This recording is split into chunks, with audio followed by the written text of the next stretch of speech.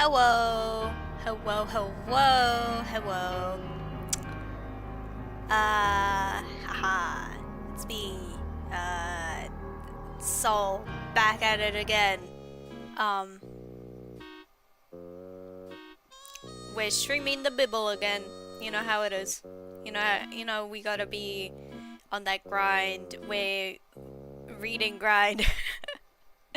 um, Let me do my usual disclaimers. So,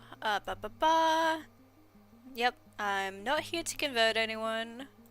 I am pro-science, which means that, not that I'm not religious, because I am religious. I can talk about religion positively, and that doesn't mean I want to convert people. But, to me, God created the world, so what we observe about the world, therefore, is things that maybe God wanted us to observe, or says things about how God made things, so, gayness, it's out there. It's out there. It's normal. It's occurring. I don't know why it would be a sin if it were unnatural. I will be making jokes because God is my homie, and I'm sure God doesn't really mind. I'm going through these quickly. I'm not really. I've talked about this before. Also the Bible. This is something I haven't brought up, or maybe I did in like the very first stream, but I didn't really bring it up in the second. Content warning. Content warning for the Bible, because there is religious violence, there is murder, there is inappropriate relationships. Like, I would assume that if you know anything about the Bible remotely, if you're coming to hear like a reading of it, then you would know this, but maybe that's an incorrect assumption to make. But yeah, and I guess while no one's here, I could just rant, right? I could just rant. I want to say that I understand that if I say things, I'm not exactly, I didn't grow up Christian. I kind of came to faith of my own accord as an adult.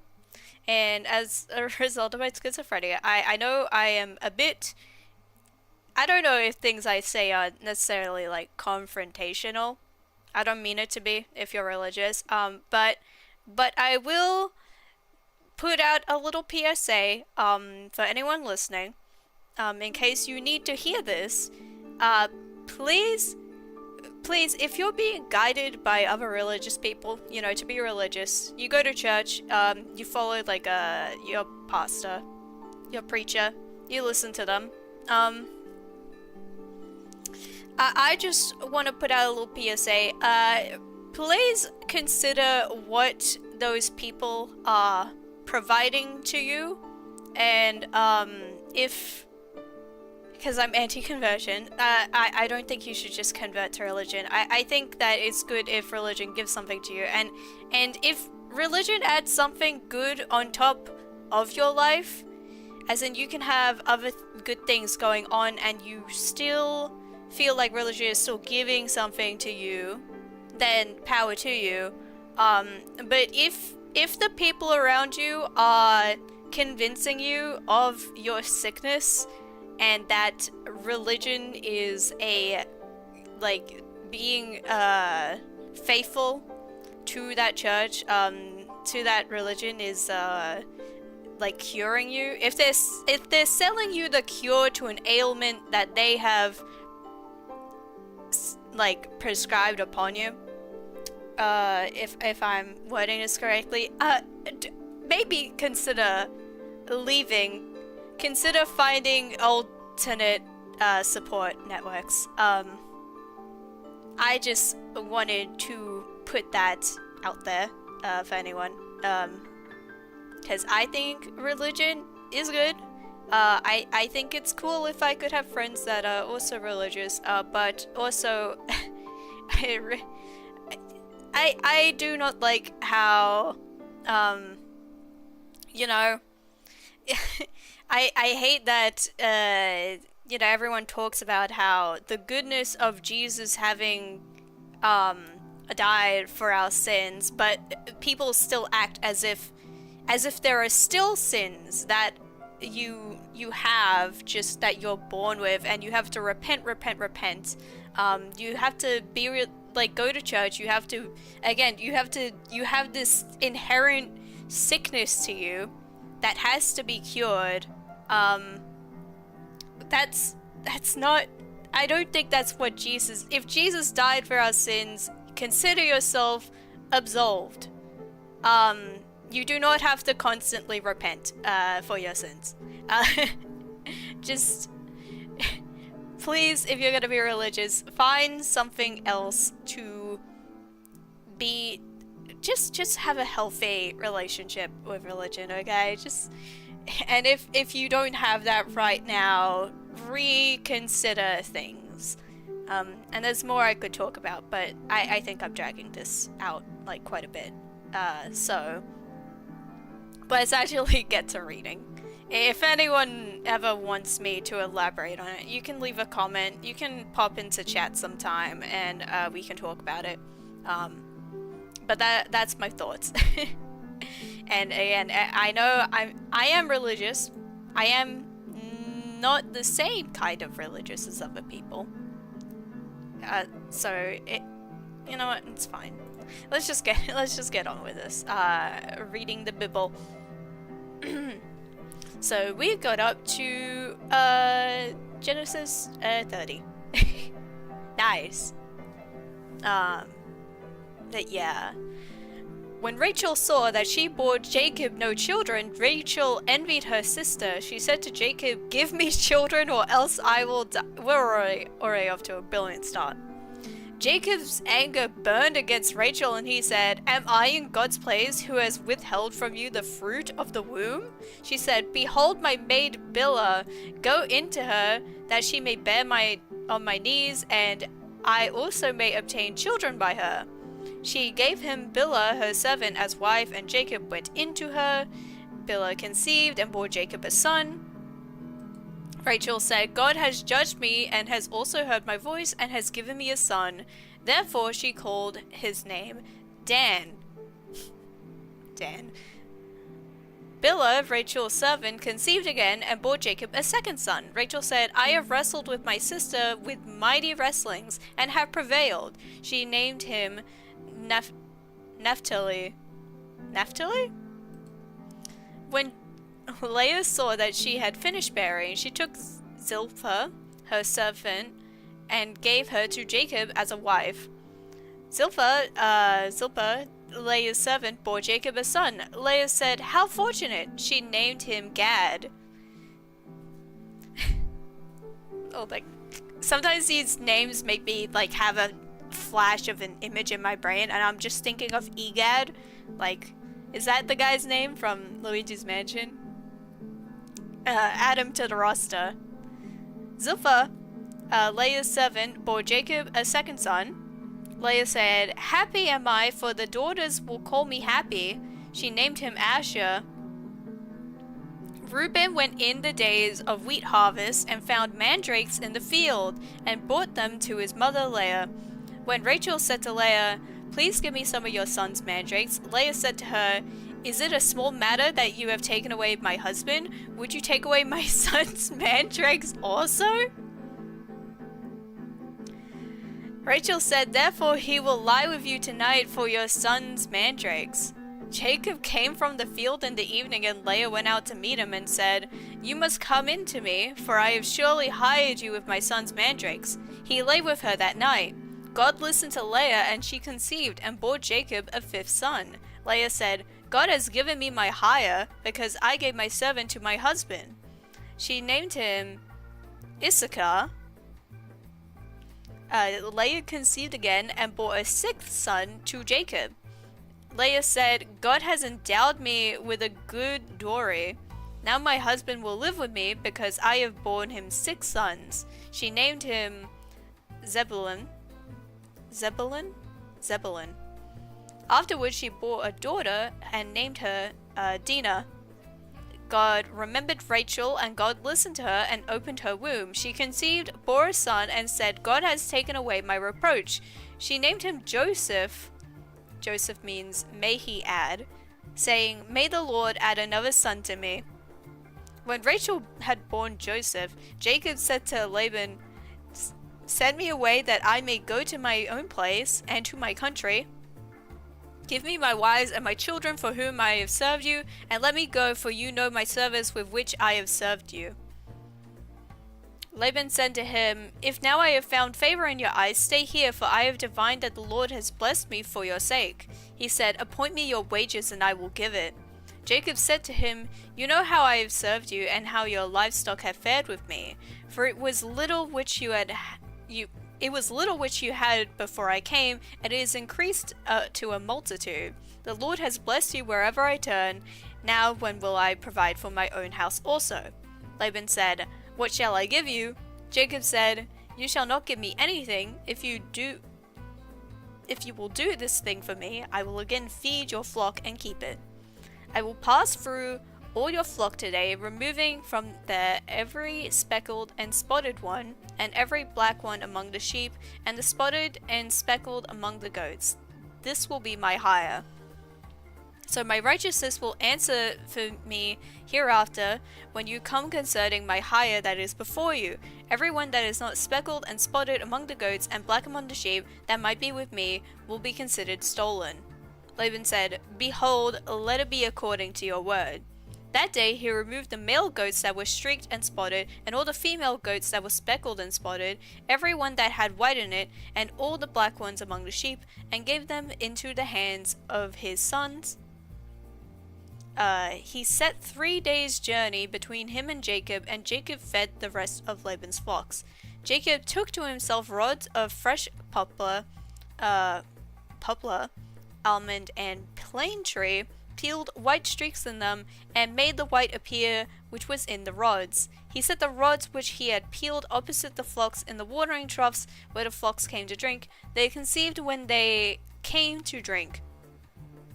The flocks conceived before the rods, and the flocks produced streaked, speckled, and spotted.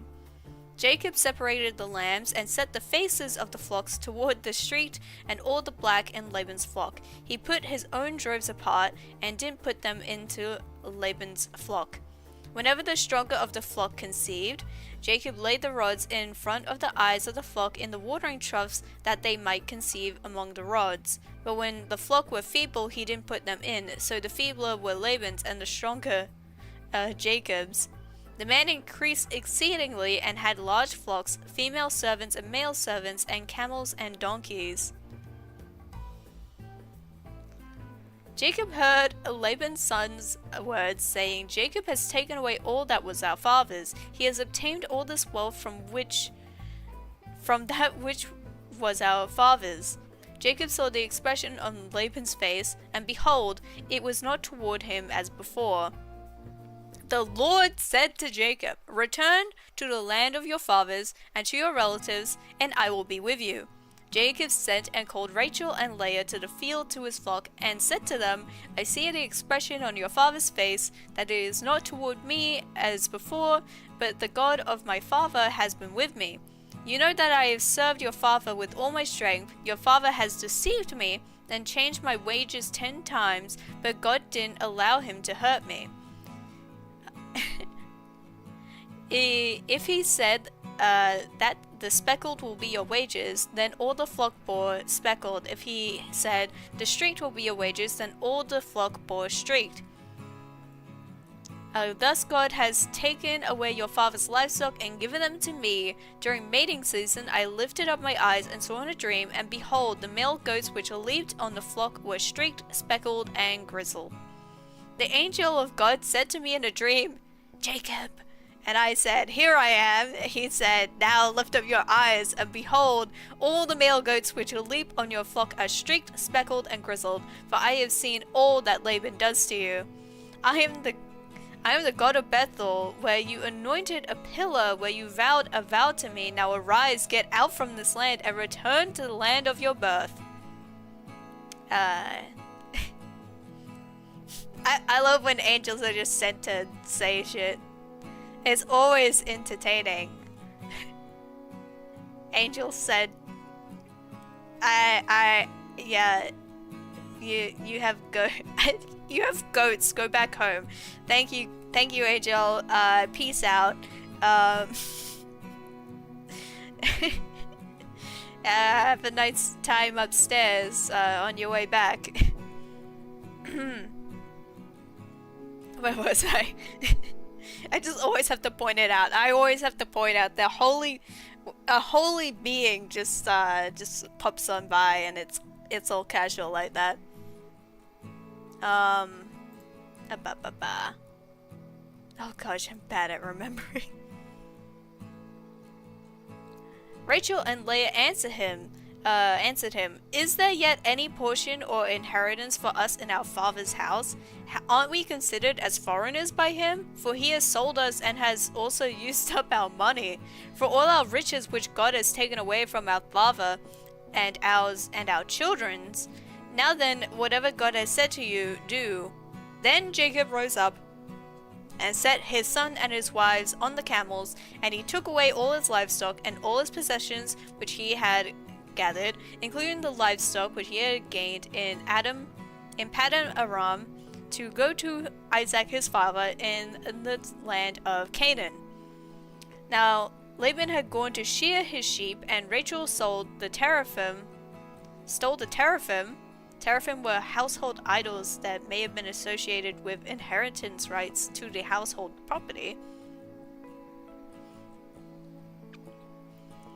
And Rachel saw the seraphim that were her father's. Jacob deceived Laban the Syrian in that he didn't tell him that he was running away. So he fled with all that he had. He rose up, passed over the river, and set his face toward the mountain of Gilead. Laban was told on the third day that Jacob had fled. He took his relatives with him and pursued him 7 days' journey. He overtook him in the mountain of Gilead. God came to Laban and the Syrian in a dream of the night and said to him, "Be careful that you don't speak to Jacob either good or bad." Laban caught up with Jacob. Now Jacob had pitched his tent in the mountain, and Laban with his relatives encamped in the mountain of Gilead. Laban said to Jacob, "What have you done that you have deceived me and carried away my daughters like captives of the sword? Why did you flee secretly and deceive me and didn't tell me that I might have sent you away with mirth and with songs, with tambourine and with harp, and didn't allow me to kiss my sons and my daughters? Now have you done foolishly. It is in the power of my hand to hurt you, but the God of your father spoke to me last night, saying, 'Be careful that you don't speak to Jacob either good or bad.' Now you want to be gone because you greatly longed for your father's house, but why have you stolen my gods?" Jacob answered Laban, "Because I was afraid, for I said, lest you should take your daughters from me by force. Anyone you find your gods with shall not live. Before our relatives discern what is yours with me, and take it." For Jacob didn't know that Rachel had stolen them. Laban went into Jacob's tent, into Leah's tent, and into the tent of the two female servants, but he didn't find them. He went out to Leah's tent and entered into Rachel's tent. Now Rachel had taken the teraphim, put them in the camel's saddle, and sat on them. Laban felt around the tent, but didn't find them. She said to her father, "Don't let the Lord be angry that I can't rise up before you, for I'm having my period." He searched but didn't find the teraphim. Jacob was angry and argued with Laban. Jacob answered Laban, "What is my trespass? What is my sin that you have hotly pursued me? Now that you have felt around in all my stuff, what have you found of all your household stuff? Set it here before my relatives and your relatives, that they may judge between us two. These 20 years I have been with you. Your ewes and your female goats have not cast their young, and I haven't eaten the ram of your flocks.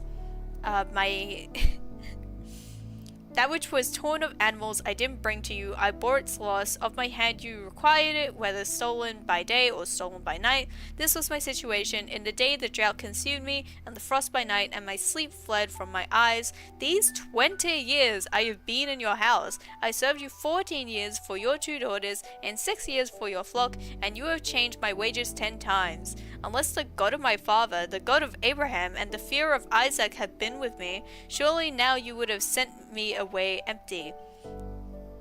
God has seen my affliction and the labor of my hands, and rebuked you last night. Laban answered Jacob, the daughters are my daughters, the children are my children, the flocks are my flocks, and all that you see is mine. What can I do today to these my daughters, or to their children whom they have borne? Now come, let's make a covenant, you and I. Let it be for a witness between me and you. Jacob took a stone and set it up for a pillar. Jacob said to his relatives, gather stones. They took stones and made a heap. They ate there by the heap. Laban called it Jegasahadutha, but Jacob called it Galeed. What did those mean? Jegasahadutha means witness heap. Galeed means witness heap in Hebrew. And Aramaic.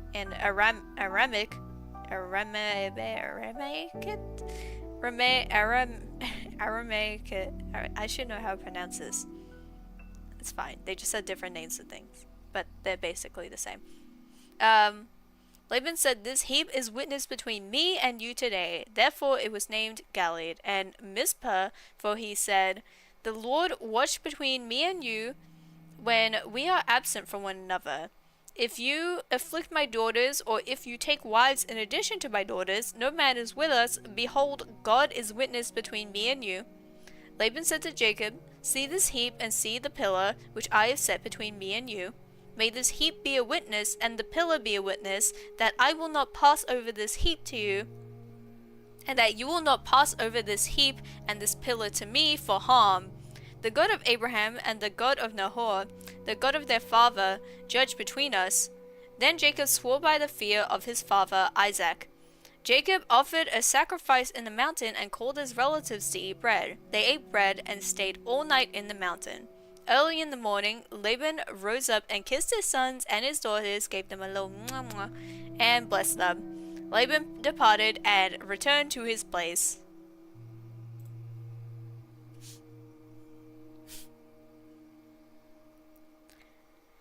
Woo!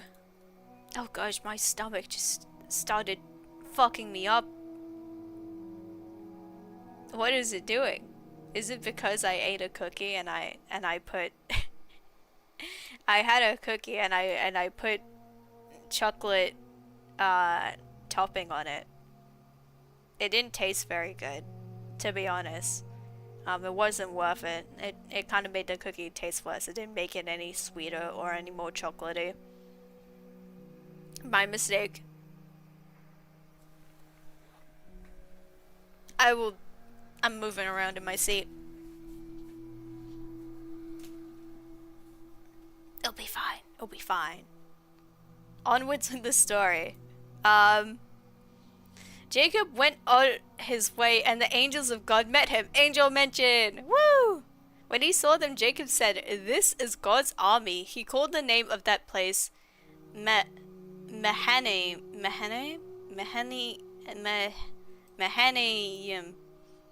which means 2 camps.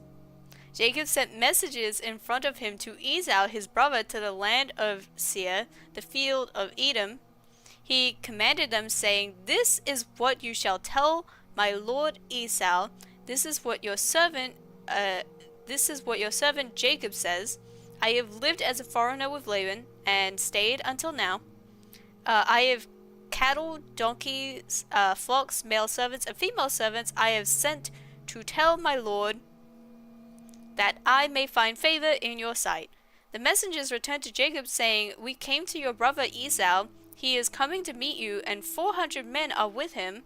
Then Jacob was greatly afraid and was distressed. He divided the people who were with him among the flocks, the herds, and the camels into 2 companies. He said, "If Esau comes to the one company and strikes it, then the company which is left will escape." Jacob said, "God of my father Abraham and God of my father Isaac, the Lord who said to me, 'Return to your country and to your relatives, and I will do you good.' I am not worthy of the least of all the loving kindnesses and of all the truth which you have shown to your servant, for with just my staff I crossed over this Jordan, and now I have become 2 companies. Please deliver me from the hand of my brother, from the hand of Esau, for I fear him, lest he come and strike me and the mothers with the children. You said, 'I will surely do you good, and make your offspring as the sand of the sea, which can't be counted because there are so many.' He stayed there that night, and took from that which he had with him a present for Esau his brother, 200 female goats and 20 male goats, 200 ewes and 20 rams, 30 milk camels and their colts, 40 cows, 10 bulls, 20 female donkeys, and 10 foals. My gosh, they just have clout and property and money. My gosh. He delivered them into the hands of his servants, every herd by itself, and said to his servants, 'Pass over before me, and put a space between herd and herd.' He commanded the foremost, saying, 'When Esau my brother meets you, and asks you, saying, Whose are you? Where are you going? Whose are these before you? Then you shall say, They are your servant Jacob's. It is a present sent to my lord Esau. Behold, he also is behind us.' He commanded also the second and the third and all that followed the herds, saying, 'This is how you shall speak to Esau when you find him. You shall say, Not only that, but behold, your servant Jacob is behind us. For he said, I will appease him with the present that goes before me, and afterward I will see his face. Perhaps he will accept me.' So the present passed over before him, and he himself stayed that night in the camp. He rose up that night, and took his 2 wives, and his 2 servants, and his 11 sons, and crossed over the ford of the Jabbok. He took them, and sent them over the stream, and sent over that which he had. Jacob was left alone, and wrestled with a man there until the breaking of the day. When he saw that he didn't prevail against him, the man touched the hollow of his thigh, and the hollow of Jacob's thigh was strained as he wrestled. The man said, 'Let me go, for the day breaks.' Jacob said, 'I won't let you go unless you bless me.' He said to him, 'What is your name?' 'Jacob.'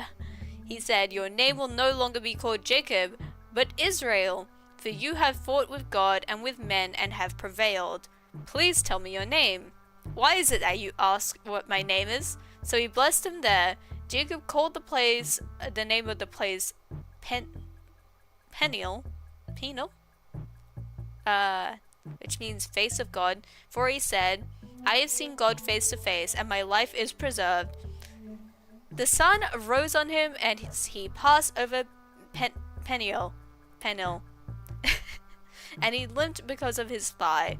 Therefore the children of Israel don't eat the sinew of the hip, which is on the hollow of the thigh to this day, because he touched the hollow of Jacob's thigh in the sinew of the hip. Jacob lifted up his eyes and looked, and behold, Esau was coming. Oh no! And with him 400 men. He divided the children between Leah, Rachel, and the 2 servants. He put the servants and their children in front, Leah and her children after, and Jacob and Joseph at the rear. He himself passed over in front of them and bowed himself to the ground 7 times until he came near his brother. Esau ran up to meet him, embraced him, fell on his neck, kissed him, and they wept. He lifted his eyes and saw the women and children and said, 'Who are these with you?' He said, 'The children whom God has graciously given your servant.' Then the servants came near with their children, and they bowed themselves. Leah also and her children came near and bowed themselves after them. Jacob came near with Rachel, and they bowed themselves. Esau said, 'What do you mean by all this company which I met?' Jacob said, 'To find favor in the sight of my lord.' Esau said, 'I have enough, my brother. Let that which you have be yours.' Jacob said, "Please no, if I have now found favor in your sight, then receive my present at my hand, because I have seen your face as one sees the face of God, and you were pleased with me. Please take the gift that I brought to you, because God has dealt graciously with me, and because I have enough." He urged him, and he took it. Esau said, "Let's take our journey, and let's go, and I will go before you." Jacob said, "My Lord knows that the children are tender, and that the flocks and herds with me have their young, and if they overdrive them one day, all the flocks will die. Please let my Lord pass over before his servant, and I will lead on gently according to the pace of the livestock that are before me, and according to the pace of the children, until I come to my Lord to see. I'm so bad at saying these names. Esau said, Let me now leave with you some of the people who are with me." He said, "Why? Let me find favor in the sight of my Lord." So Esau returned that day on his way to Seir. Jacob traveled to Succoth. Succoth. Succoth where? Succoth down there. I put my hands over my own face. I'm sorry. I'm sorry for that one. Forgive me, Father above.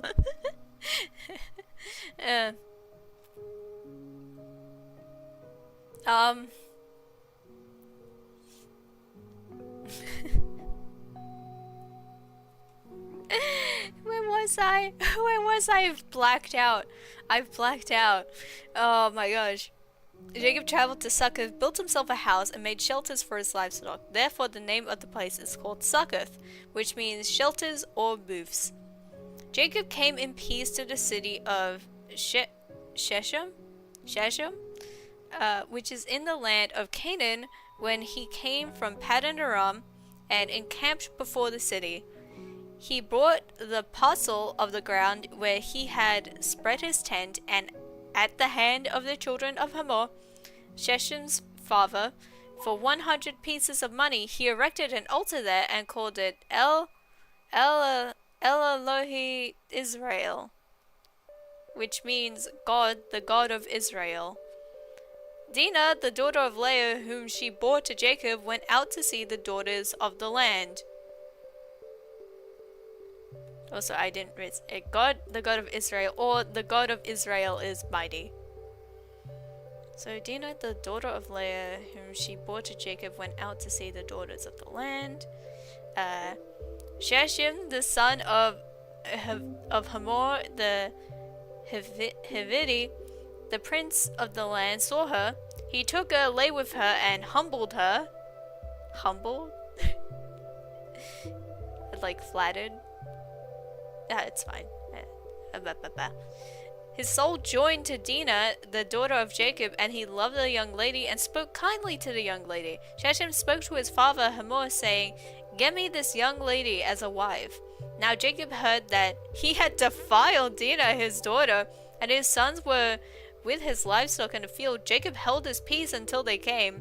Hamor, the father of Shechem, went out to Jacob to talk with him.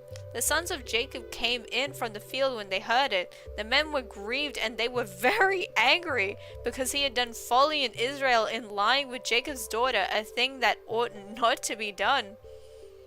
Hamor talked with them, saying, "The soul of my son Shechem longs for your daughter. Please give her to him as a wife. Make marriages with us. Give your daughters to us, and take our daughters for yourselves. You shall dwell with us, and the land will be before you. Live and trade in it, and get possessions in it." Shechem said to her father and to her brothers, "Let me find favor in your eyes, and whatever you will tell me I will give. Ask me a great amount for a dowry, and I will give whatever you ask of me, but give me the young lady as a wife." The sons of Jacob answered Shechem and Hamor his father with deceit when they spoke, because he had defiled Dinah their sister, and said to them, "We can't do this thing, to give our sister to one who is uncircumcised, for that is a reproach to us. Only on this condition will we consent to you, if you will be as we are, that every male of you be circumcised. Then we will give our daughters to you, and we will take your daughters to us, but we will dwell with you, and we will become one people. But if you will not listen to us and be circumcised, then we will take our sister, and we will be gone. Their words pleased Hamor and Shechem, Hamor's son. The young man didn't wait to do this thing because he had delight in Jacob's daughter, and he was honored above all the house of his father. Hamor and Shechem, his son, came to the gate of their city and talked with the men of their city, saying, "These men are peaceful with us. Therefore let them live in the land and trade in it. For behold, the land is large enough for them. Let's take their daughters to us for wives, and let's give them our daughters. Only on this condition will the men consent to us to live with us, to become one people, if every male among us is circumcised as they are circumcised. Won't their livestock and their possessions and all their animals be ours? Let's give our consent to them, and they will dwell with us." All who went out of the gate of his city listened to Hamor and to Shechem his son, and every male was circumcised. All who went out of the gate of his city.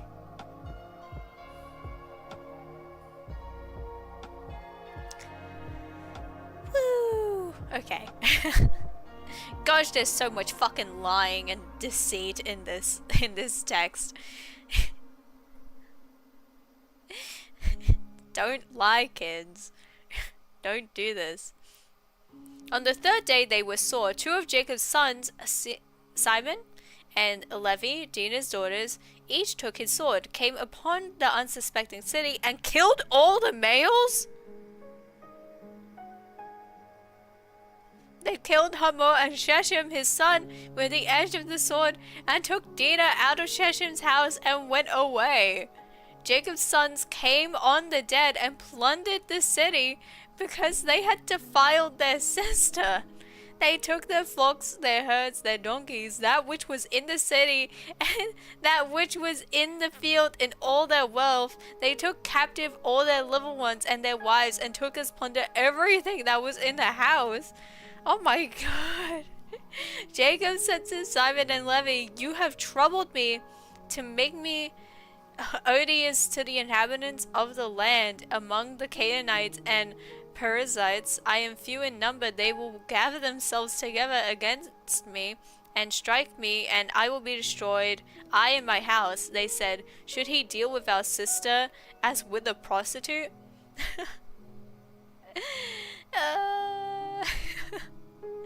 God said to Jacob, "Arise and go to Bethel and live there. Make there an altar to God who appeared to you when you fled from the face of Esau your brother." Then Jacob said to his household and to all who were with him, "Put away the foreign gods that are among you, purify yourselves, and change your garments. Let's arise and go up to Bethel. I will make there an altar to God, who answered me in the day of my distress, and was with me on the way which I went." They gave to Jacob all the foreign gods which were in their hands, and the rings which were in their ears, and Jacob hid them under the oak which was by Shechem. They traveled, and a terror of God was on the cities that were around them, and they didn't pursue the sons of Jacob. So Jacob went to Luz, that is Bethel, which is in the land of Canaan, and he and all the people who were with him. He built an altar there and called the place El Bethel, because there God was revealed to him when he fled from the face of his brother. Deborah, Rebekah's nurse, died, and she was buried below Bethel under the oak, and its name was called Allen Bechoth. God appeared to Jacob again when he came from Paddan Aram and blessed him. God said to him, "Your name is Jacob. Your name shall not be Jacob anymore, but your name will be Israel." He named it Israel. God said to him, "I am God Almighty. Be fruitful and multiply. A nation and a company of nations will be from you, and kings will come out of your body. The land which I gave to Abraham and Isaac, I will give it to you and to your offspring. After you I will give the land. Jacob went up from him in the place where he spoke with him. Jacob set up a pillar in the place where he spoke with him, a pillar of stone. He poured out a drink offering on it and poured oil on it. Jacob called the name of the place where God spoke with him, Bethel. They traveled from Bethel. There was still some distance to come to Ephrath, and Rachel travailed. She had hard labor. When she was in hard labor, the midwife said to her, "Don't be afraid, for now you have another. For now you will have another son." As her soul was departing, for she died. Sorry, that's really funny. In brackets, for she died. Rip. She named him Benoni, but his father named him Benjamin. What did the note say? Benoni means son of my trouble. Benjamin means son of my right hand. Just some conflicting opinions. Rachel died and she was buried on the way to Ephrath, also called Bethlehem. Jacob set up a pillar on her grave. The same is the pillar of Rachel's grave to this day. Israel traveled and spread his tent beyond the Tower of Elder. While Israel lived in that land, Reuben went and lay with Bilhah, his father's concubine, and Israel heard of it. Now the sons of Jacob were 12. The sons of Leah, Reuben, Jacob's firstborn, Simon, Levi, Judah, Issachar, and Zebulun. The sons of Rachel, Joseph and Benjamin. The sons of Bilhah, Rachel's servant, Dan and Naphtali. The sons of Zilpah, Leah's servant, Gad and Asher. These are the sons of Jacob who were born to him in Paddan Aram. Jacob came to Isaac his father, to Mamre, to Kiriath Arba, which is Hebron, where Abraham and Isaac lived as foreigners. The days of Isaac were 180 years. Isaac gave up the spirit and died, and was gathered to his people old and full of days. Esau and Jacob his sons buried him. My gosh. I have to say, this text is difficult to read, but not because it's like technically difficult, just because the writing is so, oh my gosh.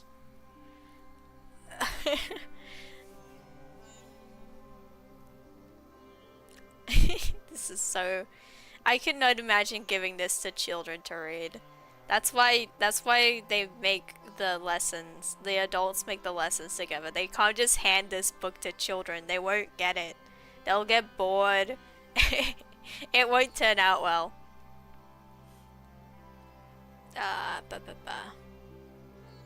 Now this is the history of the generations of Esau, that is Edom. Esau took his wives from the daughter of Canaan, Adah, the daughter of Elon, the Hittite, the Aholibamah, the daughter of Anna, the daughter of Zibeon, and Hivite, and Basemath, Ishmael's daughter, sister of Nebaioth. Adah bore to Esau Eliphaz. Basemath bore Reuel. Aholibamah bore Jesh, Jalom, and Korah. These are the sons of Esau, who were born to him in the land of Canaan. Esau took his wives, his sons, his daughters, and all the members of his household, with his livestock, all his animals, and all his possessions, which he had gathered in the land of Canaan, and went into a land away from his brother Jacob. For their substance was too great for them to dwell together, and the land of their travels couldn't bear them because of their livestock. Esau lived in the hill country of Seir. Esau is Edom. This is the history of the generations of Esau, the father of the Edomites, in the hill country of Seir. These are the names of Esau's sons: Eliphaz, the son of Adah, the wife of Esau, and Reuel, the son of Basemath, the wife of Esau. The sons of Eliphaz were Teman, Omar, Zepho, and Gatam and Kenez. Timnah was concubine to Eliphaz, Esau's son, and she bore to Eliphaz Amalek. These are the descendants of Ada, Esau's wife. These are the sons of Ril, Nahath, Zerah, Sheba, and Mizah. These were the descendants of Basemath, Esau's wife. These were the sons of Aholibamah, the daughter of Anah, the daughter of Zibeon, Esau's wife. She bore to Esau Jush, Shalom, and Korah. These are the chiefs of the sons of Esau, the sons of Eliphaz, the firstborn of Esau, chief Teman, chief Omar, chief Zepho, chief Kenez, chief Korah, chief Gadam, chief Amalek. These are the chiefs who came of Eliphaz in the land of Edom. These are the sons of Ada. These are the sons of Ril, Esau's son, chief Nahav, chief Zerah, chief Shava, chief Mizah. Hello, Rowan. I'm reading names again. There's so many fucking names. These are the chiefs who came of Ril in the land of Edom. These are the sons of Basemath, Esau's wife. These are the sons of Aholibamah, Esau's wife, chief Jesh, chief Jolam, chief Korah. These are the chiefs who came of Aholibamah, the daughter of Anah, Esau's wife. These are the sons of Esau, that is Eden, and these are their chiefs. I'm kinda zonked. I've been burning CDs all night. You've been burning CDs? That's fucking rad as hell. It's so hard to even tell what's happening. I just said, I'm like, you can't give this text to like children to read. It's 'cause the Bible is both a very simple text, yet it's written with such a horrendous structure about it that like you can't, like you have to give children guided lessons and graphics and stuff to look at, because they won't understand it in their little brains. Like I am struggling to keep track of all the characters here, of all the people when I'm reading this, and there's the repetition that fucking makes you feel like you're losing your mind. It's formatted and shit really badly. Yeah. They gotta revise the Bible. They do. They gotta rewrite this for it to flow better.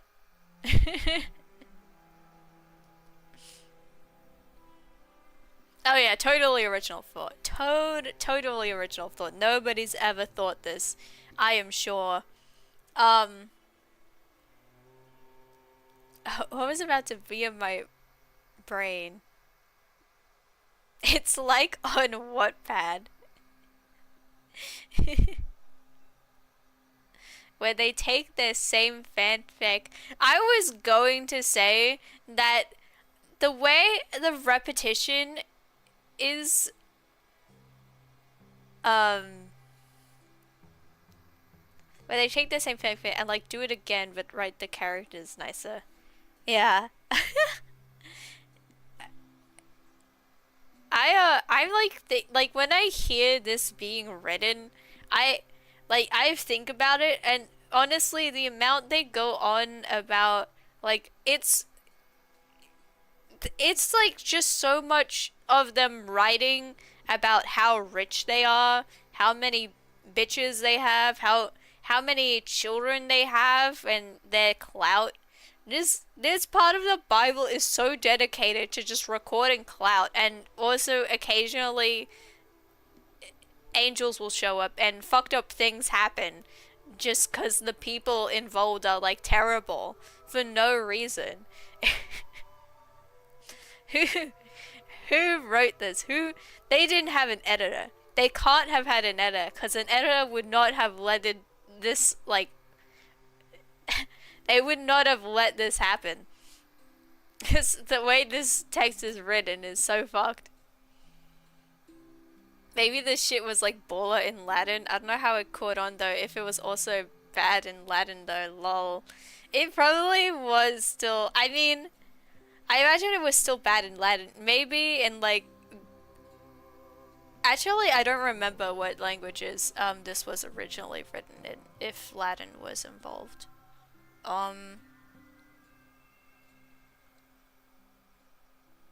Who fucking knows? Who fucking knows? I know that in translations there is like a lot of wordplay from the actual like Hebrew, I think. Um I think that there's a lot of like wordplay and stuff which kind of gets overlooked in translations. Um or like all this like extra meaning that just gets lost. Uh so I've heard.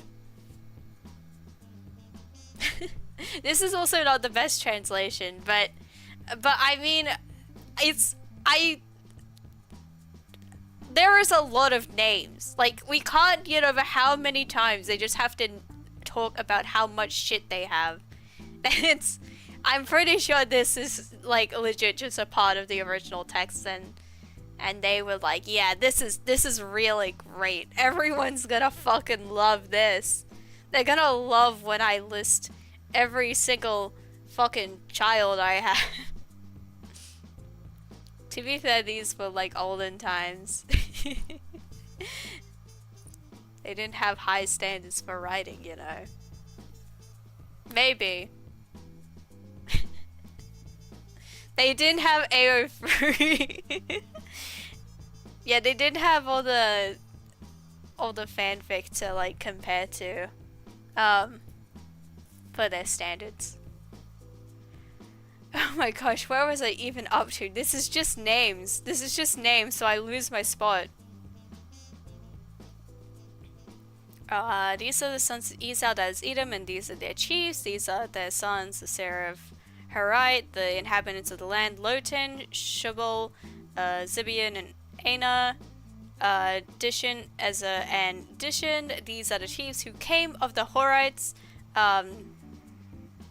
the children of Seir in the land of Edom. These children of Lotan, Hori, and Heman. Lotan's sister was Timnah. These are the children of Shubal, Alvin, Manahath, Ebal, Shepho, and Onam. These are the children of Zibeon, Aya, and Ana. This is Ana who found the hot springs in the wilderness as he fed the donkeys of Zibeon, his father. It's like when you're a kid and like every new movie you see is like your favorite movie ever. I'm not sure if I had that. Cause I was autistic. I had my favorites. I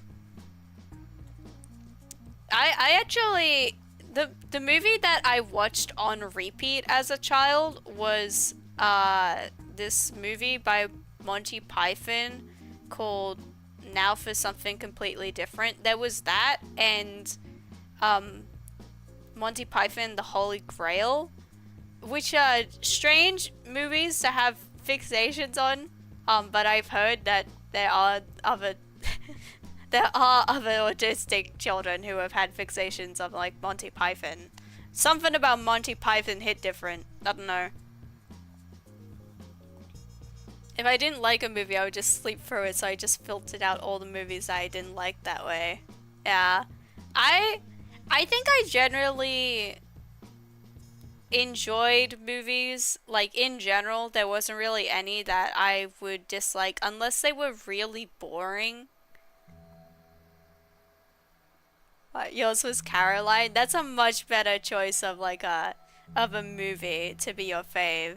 I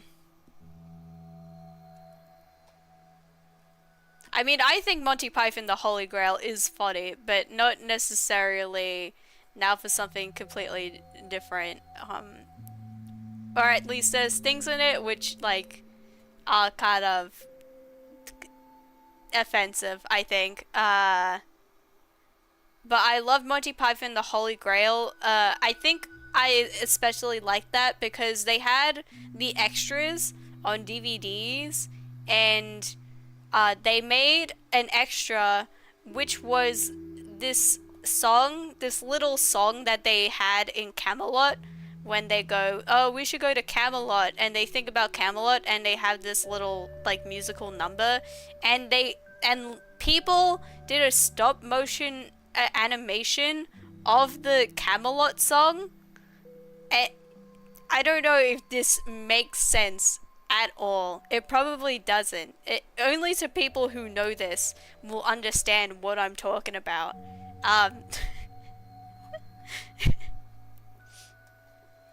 But I freaking loved watching that. I love watching the extras on movies in general. I think that was my favorite thing about movies, is that you got the little extra goodies that you could watch. I was really obsessed with them. I would always watch them. It would be like the movie was over, but then if you let me have the remote, I would go specifically to the extras to see what was there, because I loved them.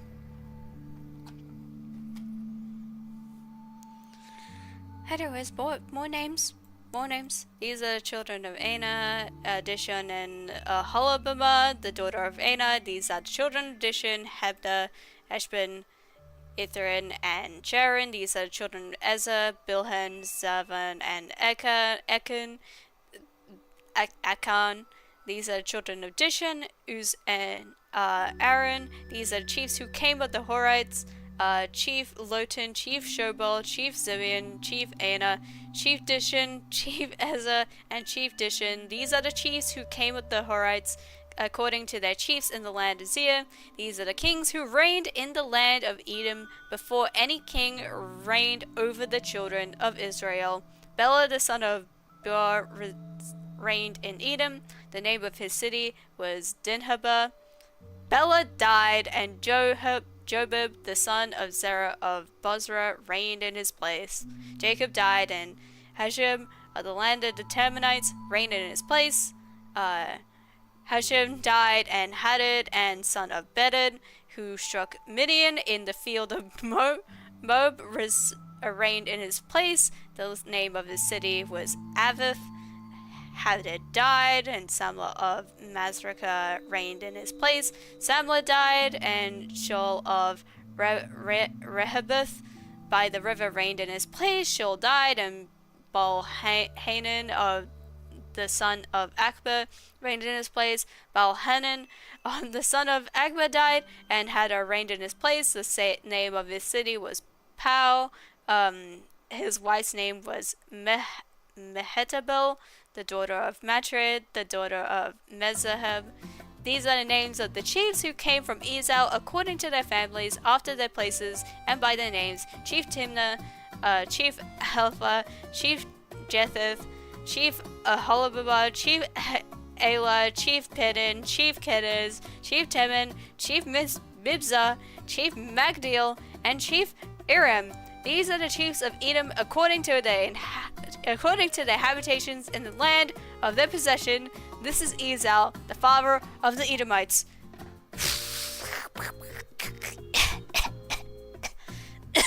Coughs up bile and dies. I love extras, and that's like such a frustrating trait to have as like a music artist and shit, because I feel like when I rip things, I need to have things be consistent and have a consistent amount of stuff between them, but like oftentimes there isn't like extra stuff that has been archived, if that makes sense. A lot of the times this comes with stuff like CD, case inserts, album backings, tracklist cards, CD art. Yeah. Having shit be like missing, like you start organizing things in a specific like order, but then there's gaps in the little like made up, like the little graph you made to chart what things you have and which you don't. Yeah. Really love disc and piracy and the entire process of it. And like, to be clear, none of it is super complicated or interesting, but it's like just a thing that scratches that brain itch so good. Because I don't earn money, I haven't been able to do this, but I swear, one day I will get a CD player, and I will burn CDs with my own playlists on them, and I will just bring that around with me.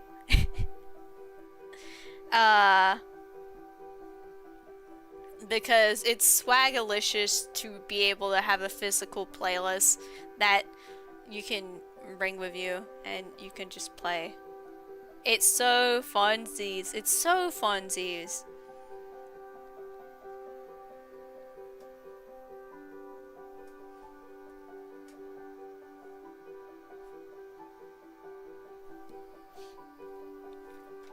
You could burn something evil onto it though. You could insert like some fucking fucked up evil recording onto there and prank your friends by making them think it's haunted, maybe. And they wouldn't know. And a DVD/CD that is like $30 and I got a stack of DVDs at a thrift store for $3 per 50 count. My gosh. Damn.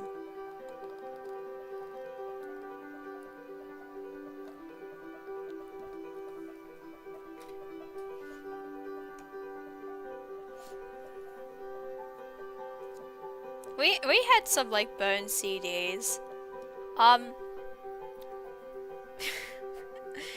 Admitting to illegal activity there, something that my dad used to do was that he would, when Blockbuster was a thing, we would, like, rent, like, DVDs, and, if we liked the movie, then he would just, pirate it.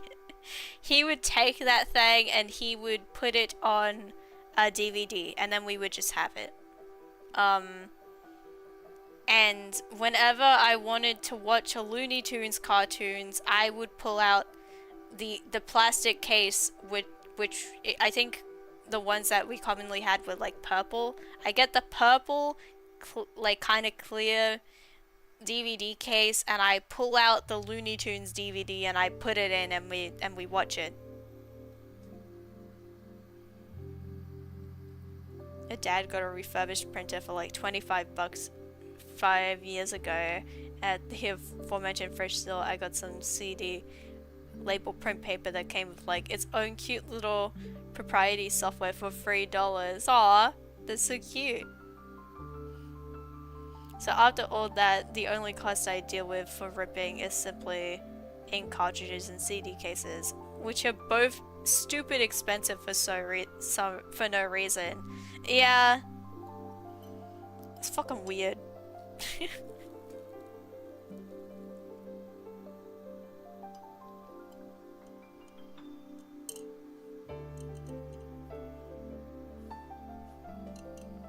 I'm gonna take a drink. Gonna take a swig real quick.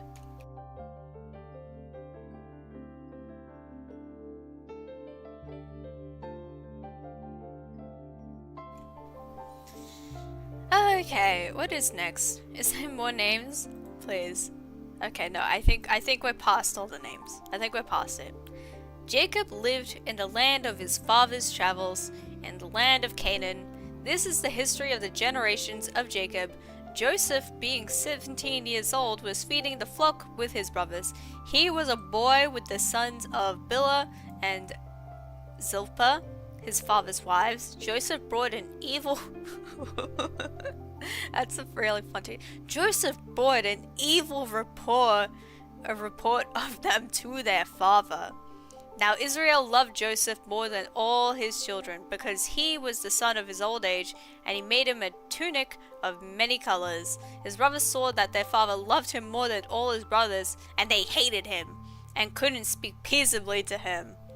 Joseph dreamed a dream and he told it to his brothers and they hated him all the more. Oh my gosh. If you ever do need help with that stuff though, just let me know. I will let you know. I will let you know.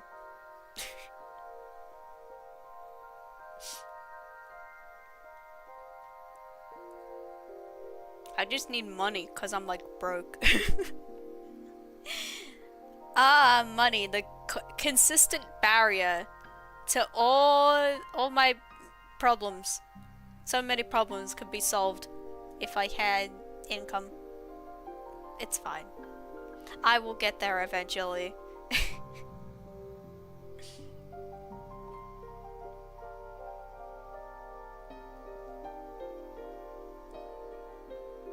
I need to get a job. We all need jobs. We all need money to be autistic. Yes, exactly. Exactly.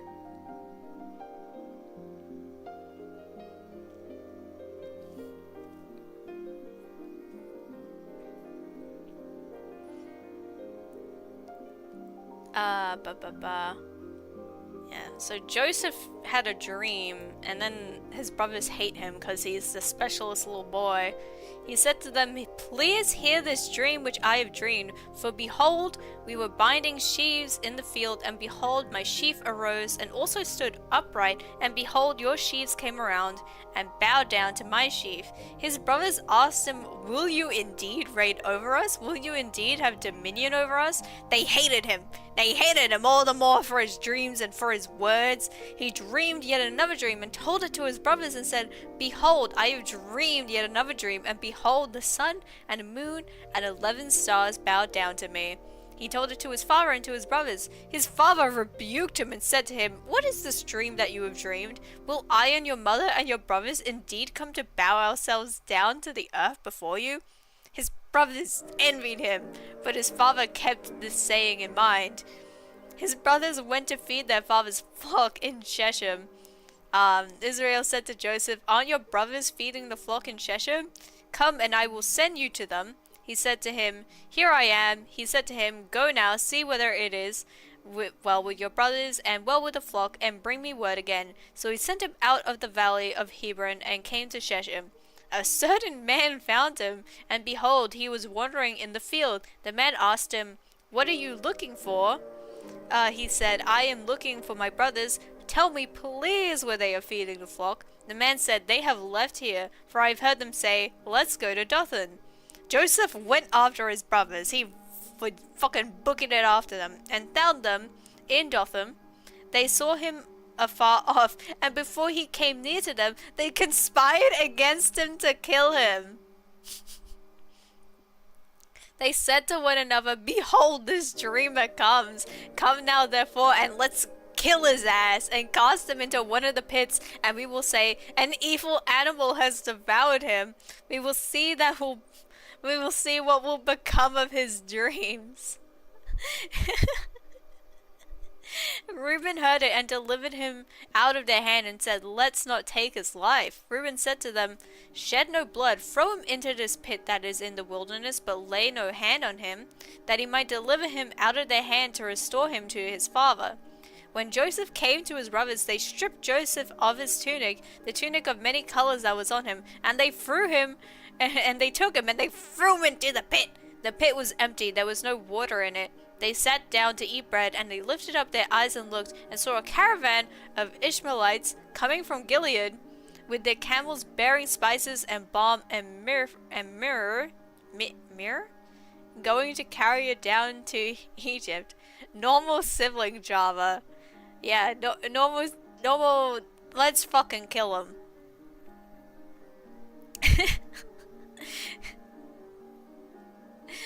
I don't know whether Joseph is like, I don't know who to be like. I mean, it's not good to want to like murder your sibling, but maybe he was an asshole. He did just say that he had dreams about like ruling over everyone.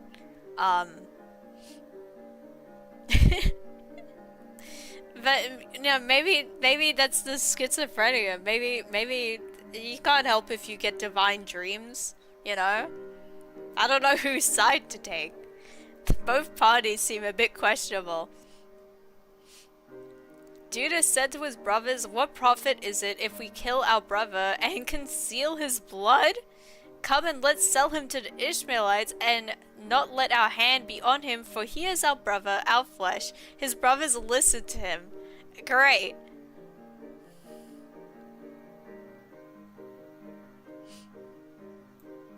So I can't say shit.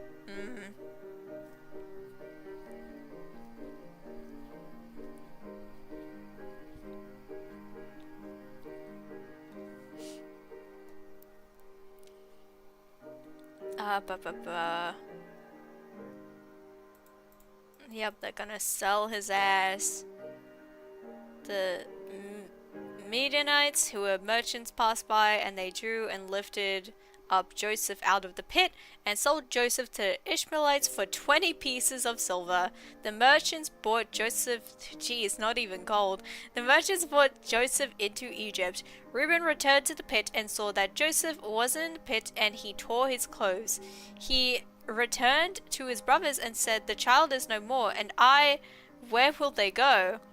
They took Joseph's tunic and killed a male goat and dipped the tunic in the blood. They took the tunic of many colors and they brought it to their father and said, "We have found this. Examine it now and see if it is your son's tunic or not." He recognized it and said, "It is my son's tunic. An evil animal has devoured him." Joseph is without doubt torn into pieces. Jacob tore his clothes and put sackcloth on his waist and mourned for his son many days. All his sons and his daughters rose up to comfort him, but he refused to be comforted. He said, "For I will go down to Sheol to my son mourning." His father wept for him. The Midianites sold him into the cutaway. The Midianites sold him into Egypt to Potiphar, an officer of Pharaoh's, the captain of the guard.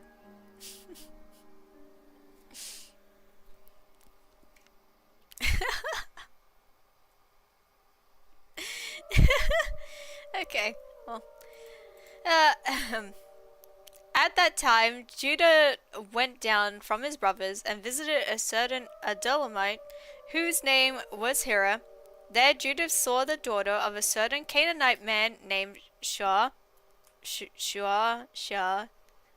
took her and went into her. She conceived and bore a son, and he named him Er. She conceived again and bore a son, and she named him Onan. She yet again bore a son, and named him Shelah. He was at Shezib when she bore him. Judah sold a wife for Er, his firstborn, and her name was Tamar. Judah's firstborn, was wicked in the Lord's sight, so the Lord killed his ass. Judah said to Onan, "Go into your brother's wife and perform the duty of a husband's brother to her, and raise up offspring for your brother."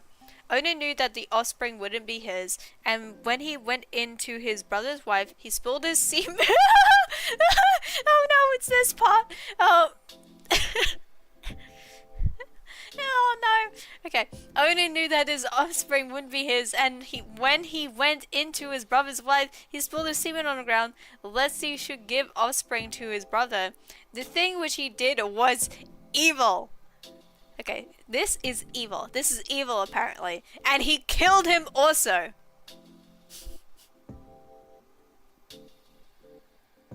Like I assume that there must have been some sort of sickness, and like that's why they died.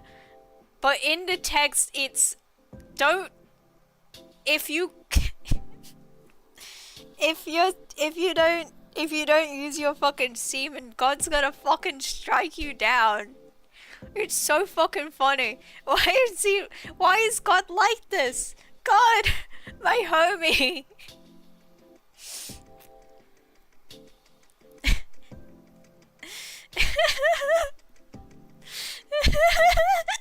And it's so offhand, and it's like this awful shit will happen too, and it's just an offhanded thing in like a single line, and then they go back to normal. Just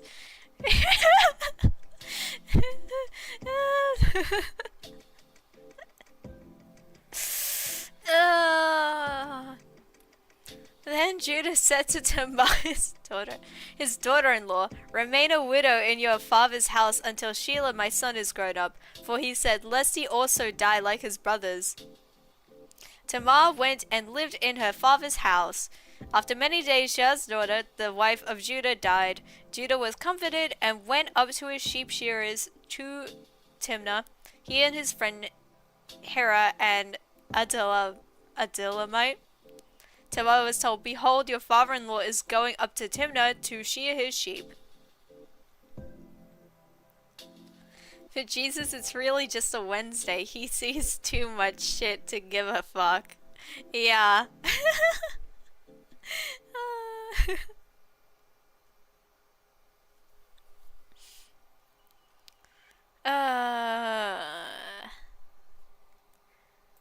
After many days, she has sort of... Yeah, so this died. Behold, your father-in-law is coming to Timnah to shear sheep. She took off the garments of her widowhood and covered herself with her veil and wrapped herself and sat in the gate of Enim, which is on the way to Timnah. For she saw that Shelah was grown up and she wasn't given to him as a wife. When Judah saw her, he thought that she was a prostitute, for she had covered her face. He turned to her by the way and said, please come, let me come in to you.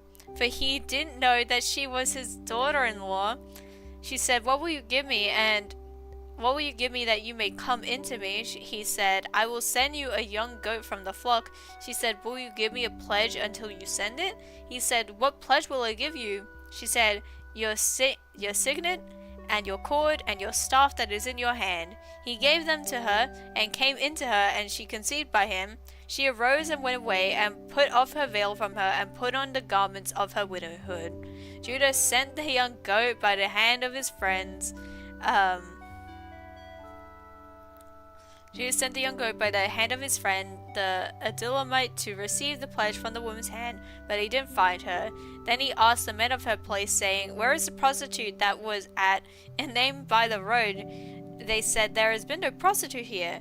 He returned to Judah and said, I haven't found her. And also the men of the place said, there has been no prostitute here. Judah said, let her keep it, lest we be shamed. Behold, I sent this young goat, and you haven't found her. And about 3 months later, Judah was told, Tamar, your daughter-in-law has played the prostitute. Moreover, behold, she is with child by prostitution. Judah said, bring her out and let her be burned. Oh no. Sent you the collection so far so you may peep the horror. The horror.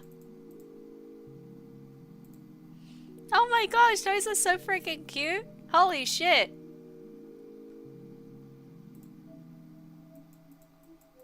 Those look so good.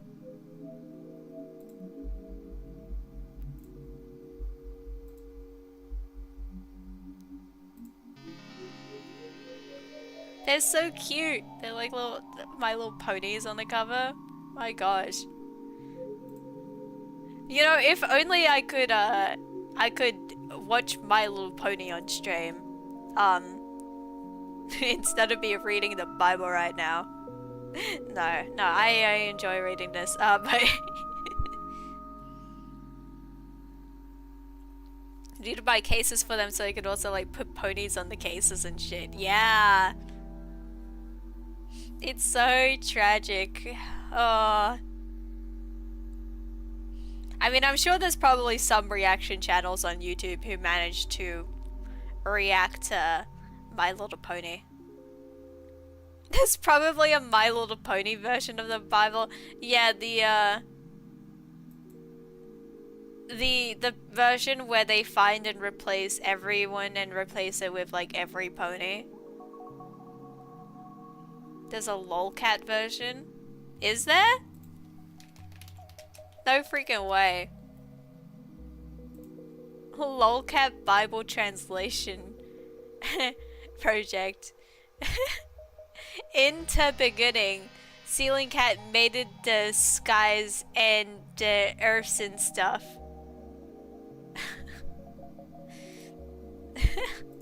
Living and learning. This is amazing.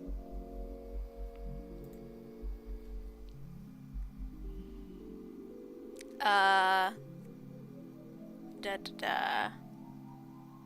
Yeah. So where were we? Yeah. So the daughter-in-law was gonna be burned. When she was brought out, she sent to her father-in-law saying, "I am with child by the man who owns these." She also said, "Please discern whose these are, the signet, and the cords, and the staff." Judah acknowledged them and said, "She is more righteous than I, because I didn't give her to Shelah, my son." He knew her again no more. In the time of her travail, behold, twins were in the womb. When she travailed, one put out a hand, and the midwife took and tied a scarlet thread on his hand, saying, "This came out first." As he drew back his hand, and behold, his brother came out, and she said, "Why have you made a breach for yourself?" Therefore his name was called Perez. Afterward his brother came out, who had the scarlet thread on his hand, and his name was called Zerah. Perez means breaking out, Zerah means scarlet or brightness. Joseph was brought down to Egypt. Potiphar, an officer of Pharaoh's, the captain of the guard, an Egyptian, brought him from the hand of the Ishmaelites that had brought him down there. The Lord was with Joseph, and he was a prosperous man. He was in the house of his master, the Egyptian.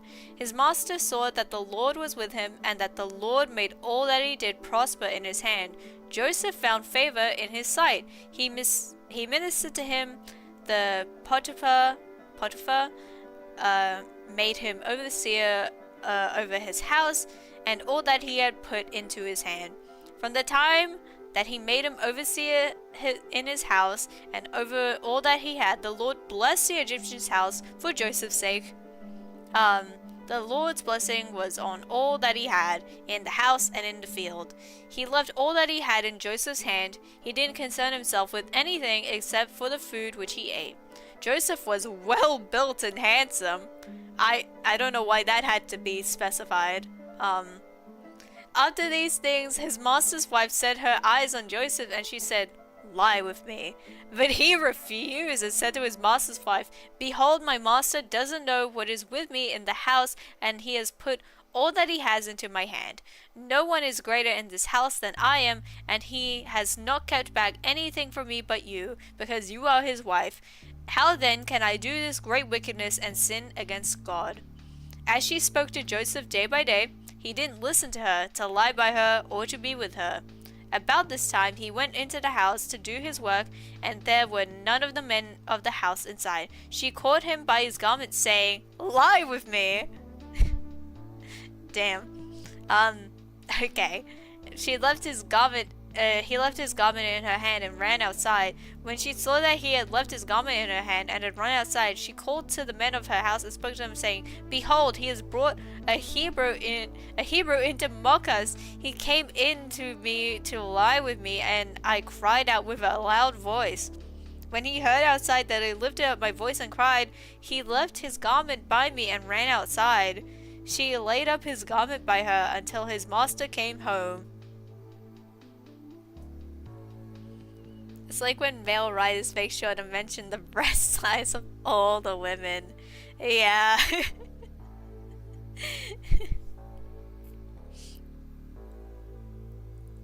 I don't know if anyone else so far has been like called like handsome in the text, or if it's just been Joseph so far. Joseph, let everyone know Joseph's a hunk. So that means he can't do anything wrong, and I'm sure that he didn't lie about the women in his life.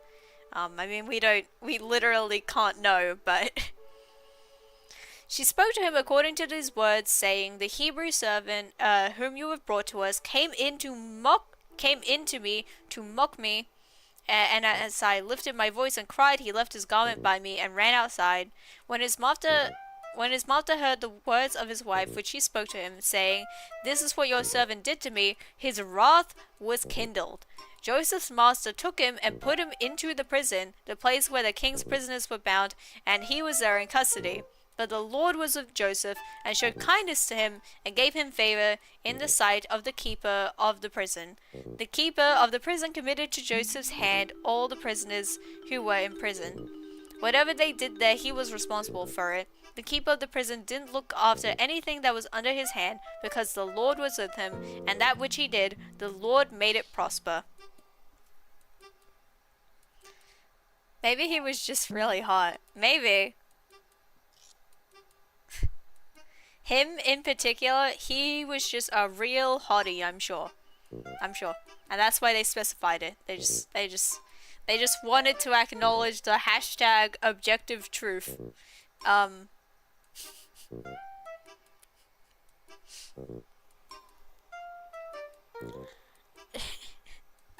Joseph would do well if he was on Instagram, is what the Bible is saying. On TikTok. Or whatever. Do people get popular on Instagram anymore by posting pictures of themselves? I don't know what the state of the internet is right now. To be honest, I guess I never really understood the whole thing where hot people would become like popular just for posting pictures of themselves. I don't really understand it. But, you know. Can I be real? I've never genuinely... That's so fair.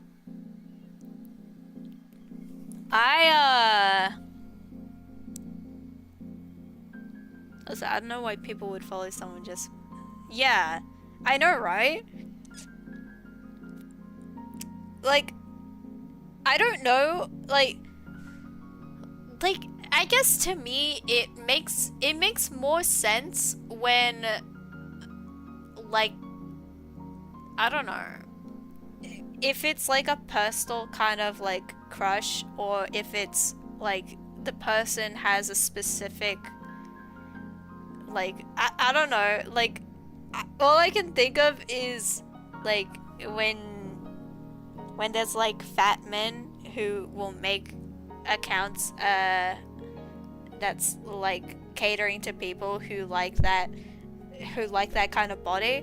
I understand that in my brain, but you will just have guys that are just kind of attractive and they post like pictures of themselves where they're just kind of doing regular things and then they get like a bunch of likes. Like I don't know.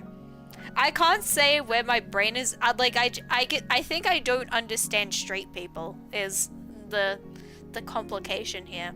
I don't understand conventional attraction, and I don't understand straight people. So this whole thing about following like hot people is like I don't know.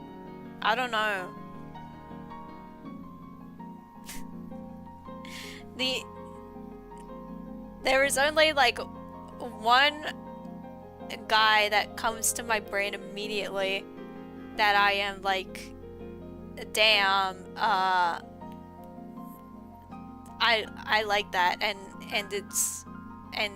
like nobody else really, so I don't know. It's not that I don't understand attraction to women or to men, but straight attraction is like different, because the thing is, like, they don't view the other gender as people, they view women as rocks, and they also want to fuck the rocks. Yeah, exactly. Like, I understand liking men, I understand liking women, but the straight, the like, I don't know. I don't understand. I just don't understand like conventional attraction and stuff, and how that whole thing like works. I've been using Instagram, and the only thing, the primary thing I've been doing on Instagram now is that, yes, I queue a bunch of posts, like I schedule a bunch of posts to like post there, and also when I use Instagram, I've been really sad using it because they don't have, I will treat it like Tumblr, in which case, like, you reblog things on Tumblr, I will share posts to my story, and then I have little categories for them. Um,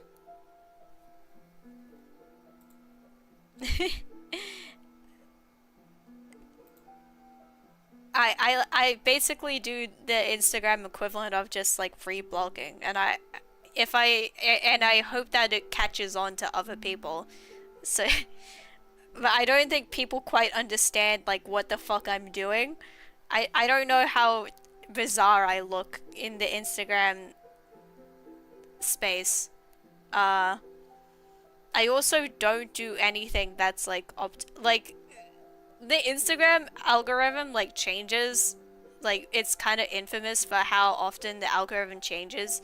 Um, I I think that the current thing is that if you make reels, which is like the equivalent of a YouTube short, then that gets a lot of viewer retention. So those are like the optimal posts to make. But I just keep on using it the traditional way, where people would post photos like their art to Instagram, and then that would be it. Um,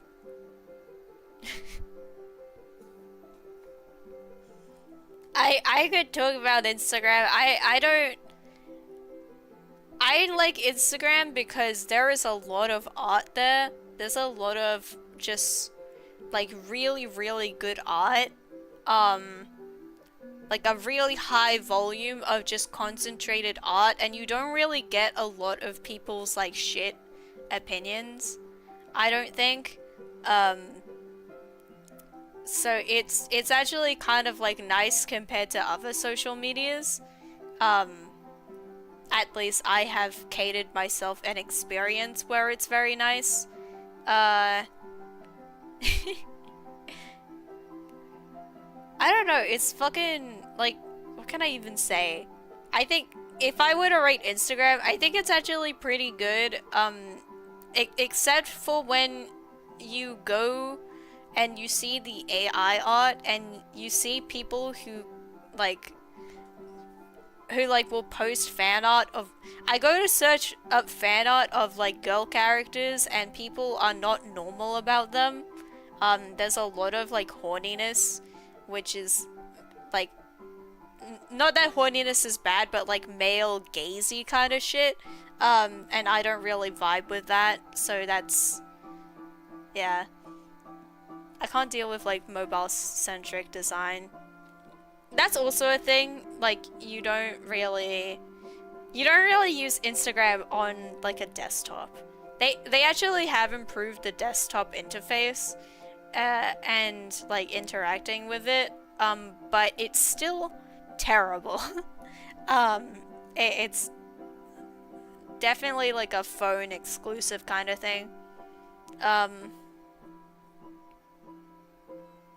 Hiding in the work bathroom to say hi. Hi, uh, we read the part where... oh, this is the Joseph story. Yeah. We got past the bit where God just casually smited someone for the semen thing. You missed that part, unfortunately. But then again, it was like only 2 lines. Just straight up murder, and it's casually in 2 lines of the text, and it's like fine. We were also just talking about Instagram. I haven't read in a hot minute.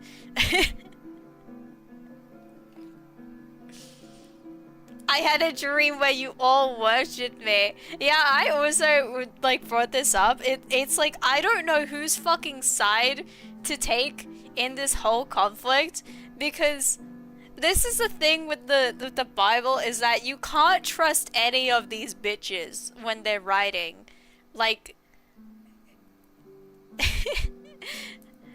like cuz this is the thing, is that Joseph may have been like a real dickhead who was like, yeah, you're all going to like worship me and like serve and like be under me, and it's going to be so like epic.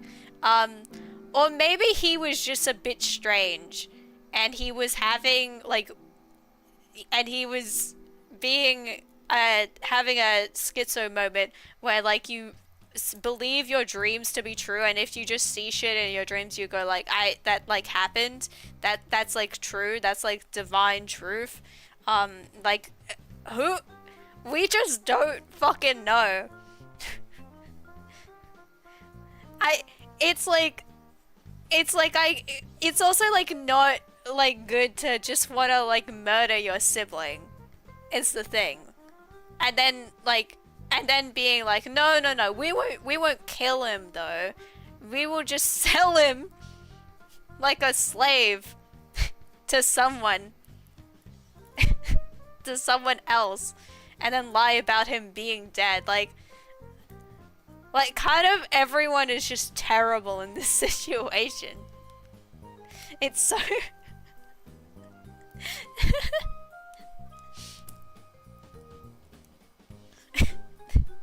it's so silly.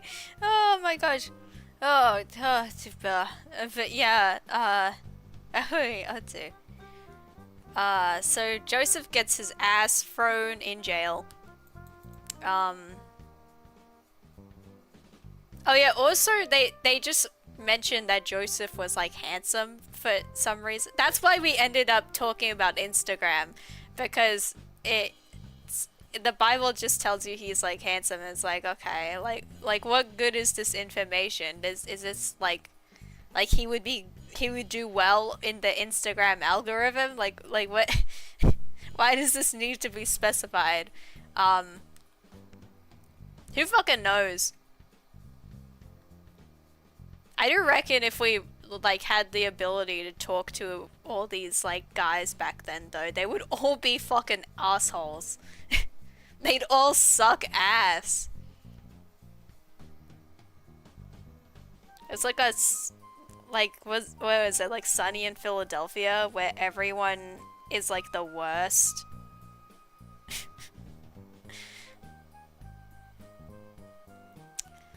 After all these things, the butler of the king of Egypt and his baker offended their lord, the king of Egypt. The pharaoh was angry with his two officers and the chief cupbearer and the chief baker. He put them in custody in the house and of the captain of the guard into the prison, the place where Joseph was bound.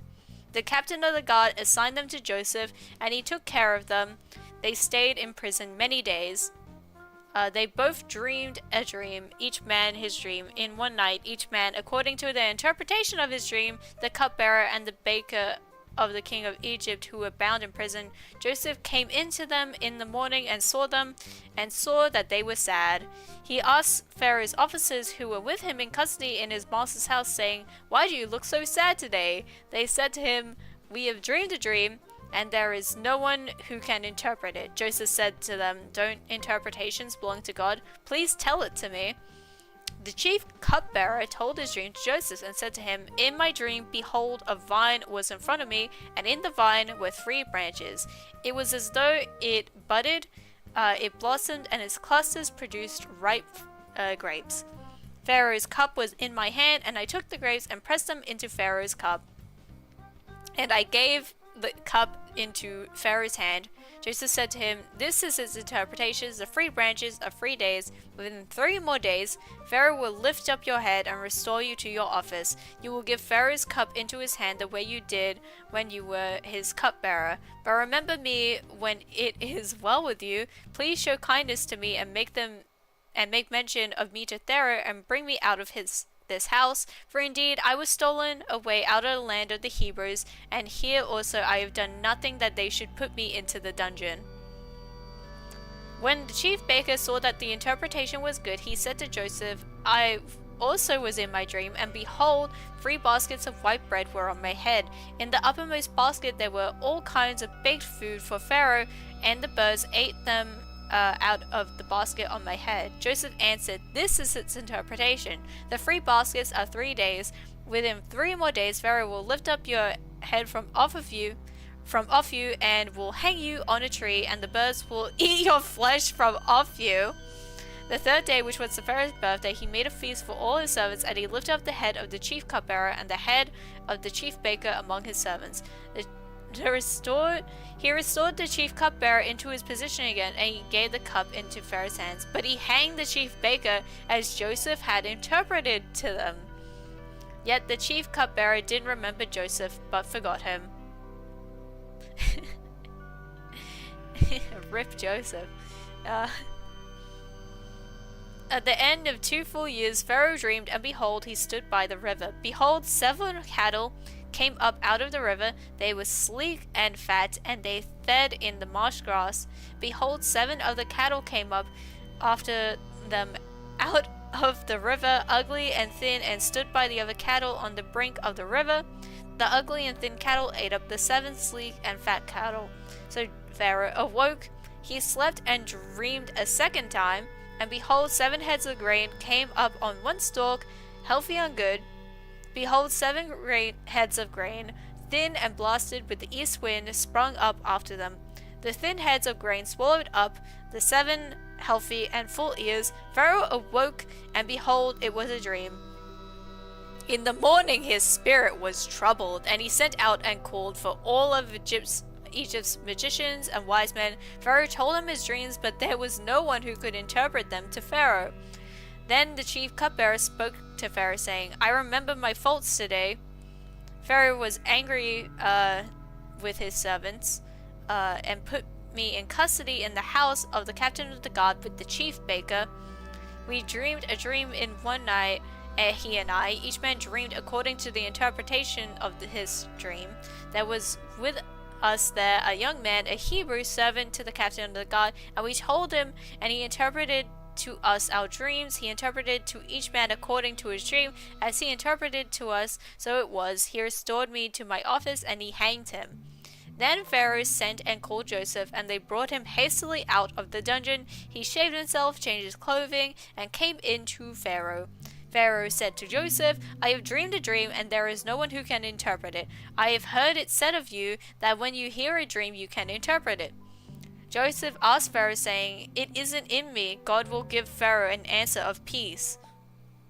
Pharaoh spoke to Joseph, In my dream, behold, I stood on the brink of the river, and behold, 7 fat and sleek cattle came up out of the river. They fed in the marsh grass, and behold, 7 other cattle came up after them, poor and very ugly and thin, such as I never saw in all the land of Egypt for ugliness. The thin and ugly cattle ate up the first 7 fat cattle. And when they had eaten them up, it couldn't be known that they had eaten them, but they were still ugly as at the beginning. So I awoke. I saw in my dream, and behold, 7 heads of grain came up on one stalk, full and good, and behold, 7 heads of grain, withered, thin, and blasted, with the east wind sprung up after them. The thin heads of grain swallowed up the 7 good heads of grain. I told it to the magicians, but there was no one who could explain it to me. Joseph said to Pharaoh, The dream of Pharaoh is one. What God is about to do, he has declared to Pharaoh. The 7 good cattle are 7 years, and the 7 good heads of grain are 7 years. The dream is one. The 7 thin and ugly cattle that came up after them are 7 years, and also the 7 empty heads of grain blasted with the east wind. They will be 7 years of famine. Oh my gosh. That is the thing which I have spoken to Pharaoh. God has shown Pharaoh what he is about to do. Behold, 7 years of plenty throughout all the land of Egypt are coming. 7 years of famine will arise after them, and all the plenty will be forgotten in the land of Egypt. The famine will consume the land, and the plenty will not be known in the land by reason of that famine which follows, for it will be very grievous. The dream was doubled to Pharaoh because the thing is established by God, and God will shortly bring it to pass. Now therefore let Pharaoh look for a discreet and wise man, and set him over the land of Egypt. Let Pharaoh do this, and let him appoint overseers to the land, and take up the 5th part of the land of Egypt's produce in the 7 plenteous years. Let them gather all the food of these good years that come, and store grain under the hand of Pharaoh for food in the cities, and let them keep it. The food will be to supply the land against the 7 years of famine, which will be in the land of Egypt, so that the land will not perish through the famine. The thing was good in the eyes of Pharaoh and in the eyes of all his servants. Pharaoh said to his servants, "Can we find such a one as this, a man in whom is the Spirit of God?" Pharaoh said to Joseph, "Because God has shown you all of this, there is no one so discreet and wise as you. You shall be over my house. All my people will be ruled according to your word. Only in the throne I will be greater. Only in the throne I will be greater than you." Pharaoh said to Joseph, "Behold, I have set you over all the land of Egypt." Pharaoh took off his signet ring from his hand and put it on Joseph's hand, and arranged him in robes of fine linen, and put a gold chain about his neck. He made them ride in the second chariot which he had. They cried before him, "Bow the knee." He set him over all the land of Egypt. Pharaoh said to Joseph, "I am Pharaoh. Without you no man shall lift up his hand or his foot in all the land of Egypt." Pharaoh called Joseph's name Zephanath Paneah. He gave him Asenath, the daughter of Potiphar, priest of On, as a wife. Joseph went out over the land of Egypt. Joseph was 30 years old when he stood before Pharaoh, king of Egypt. Joseph went out from the presence of Pharaoh and went throughout all the land of Egypt. In the 7 plenteous years the earth produced abundantly. He gathered up the food of the 7 years which were in the land of Egypt, and laid up the food in the cities. He stored food in each city from the fields around that city. Joseph laid up grain as the land of the sea very much, until he stopped counting, for it was without number. To Joseph were born 2 sons before the year of famine came, whom Asenath, the daughter of Potiphar, priest of On, bore to him. Joseph called the name of the firstborn Manasseh. Manasseh sounds like Hebrew for forgot.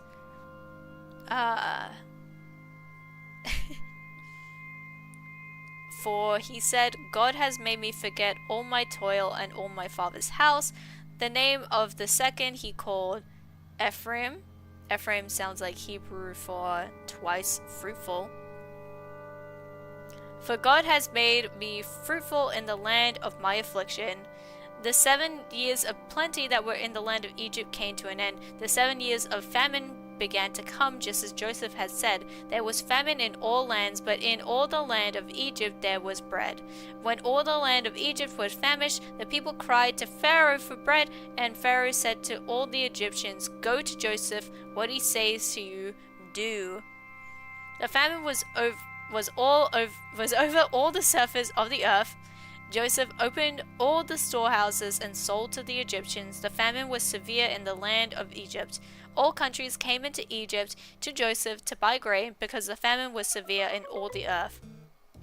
Now Jacob saw that there was grain in Egypt, and Jacob said to his sons, "Why do you look at one another?" He said, "Behold, I have heard that there is grain in Egypt. Go down there and buy for us from there, so that we may live and not die."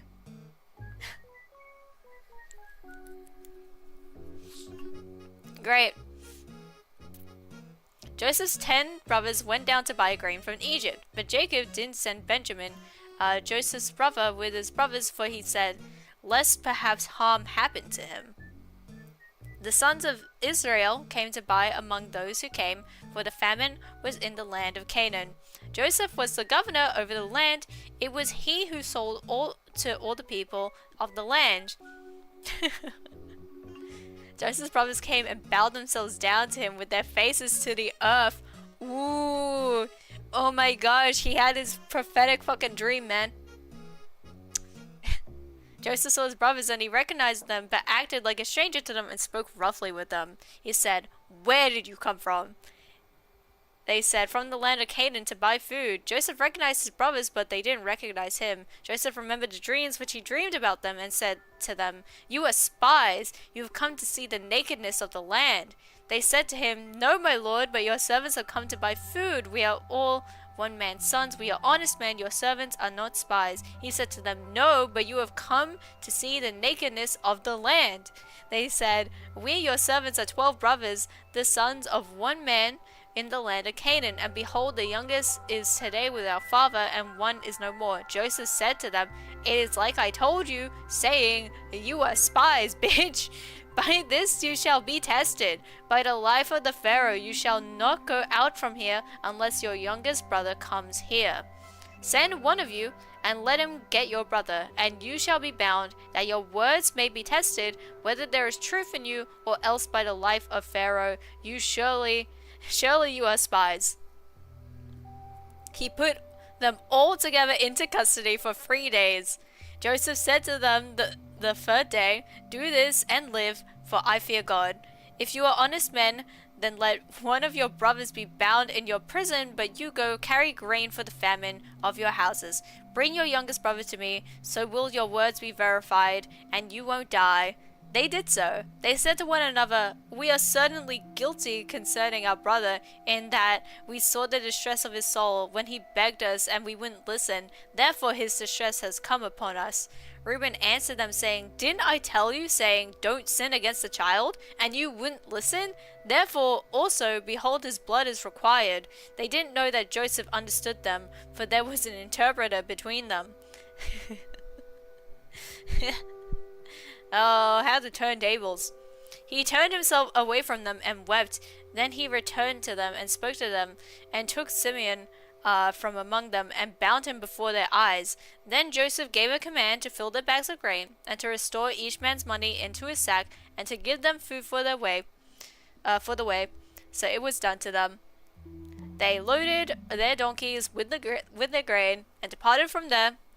As one of them opened his sack to give his donkey food in the lodging place, he saw his money. Behold, it was in the mouth of his sack. He said to his brother, my money is restored. Behold, it is in my sack.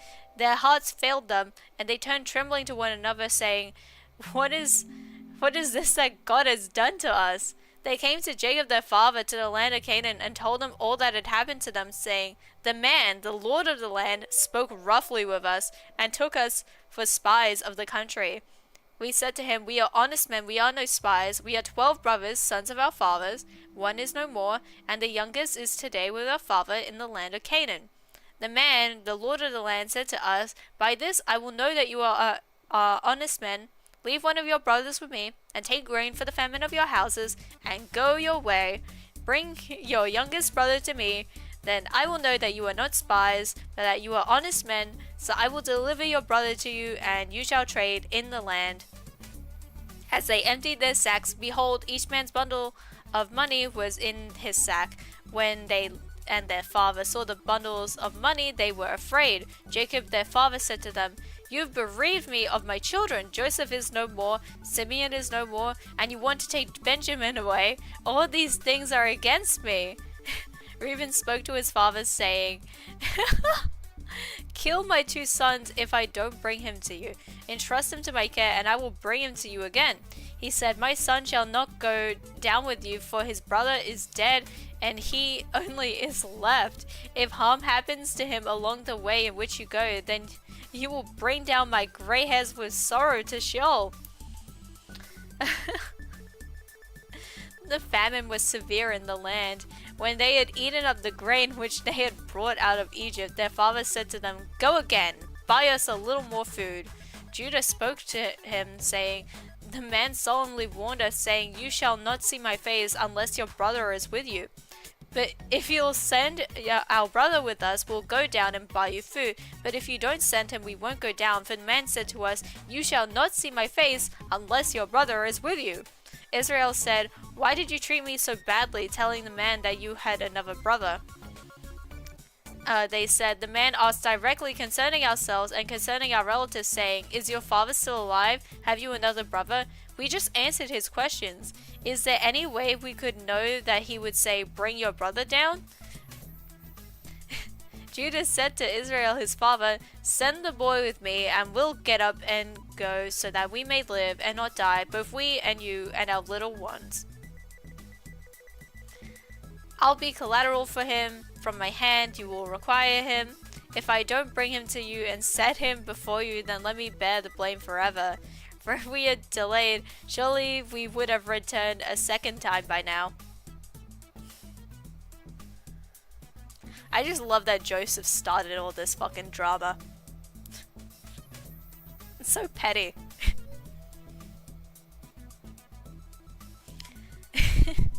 I mean, I guess he has kind of a right to be petty, but you know. Their father Israel said to them, "If it must be so, then do this. Take from the choice fruits of the land in your bags and carry down a present for the man, a little balm, a little honey, spices and myrrh, nuts and almonds, and take double money in your hand, and take back the money that was returned in the mouth of your sacks. Perhaps it was an oversight. Take your brother also, get up and return to the man. May God Almighty give you mercy before the man, that he may release to you your other brother and Benjamin. If I am bereaved of my children, I am bereaved."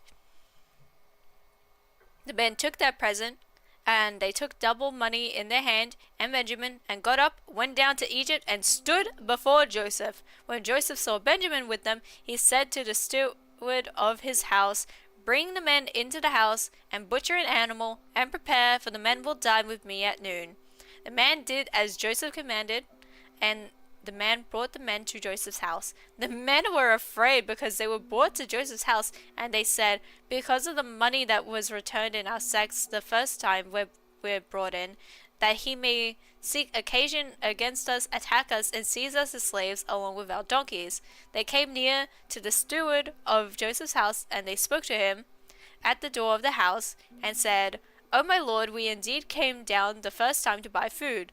When we came to the lodging place, we opened our sacks, and behold, each man's money was in the mouth of the sack, our money in full weight. We have brought it back in our hand. We have brought down other money in our hand to buy food. We don't know who put our money in our sacks."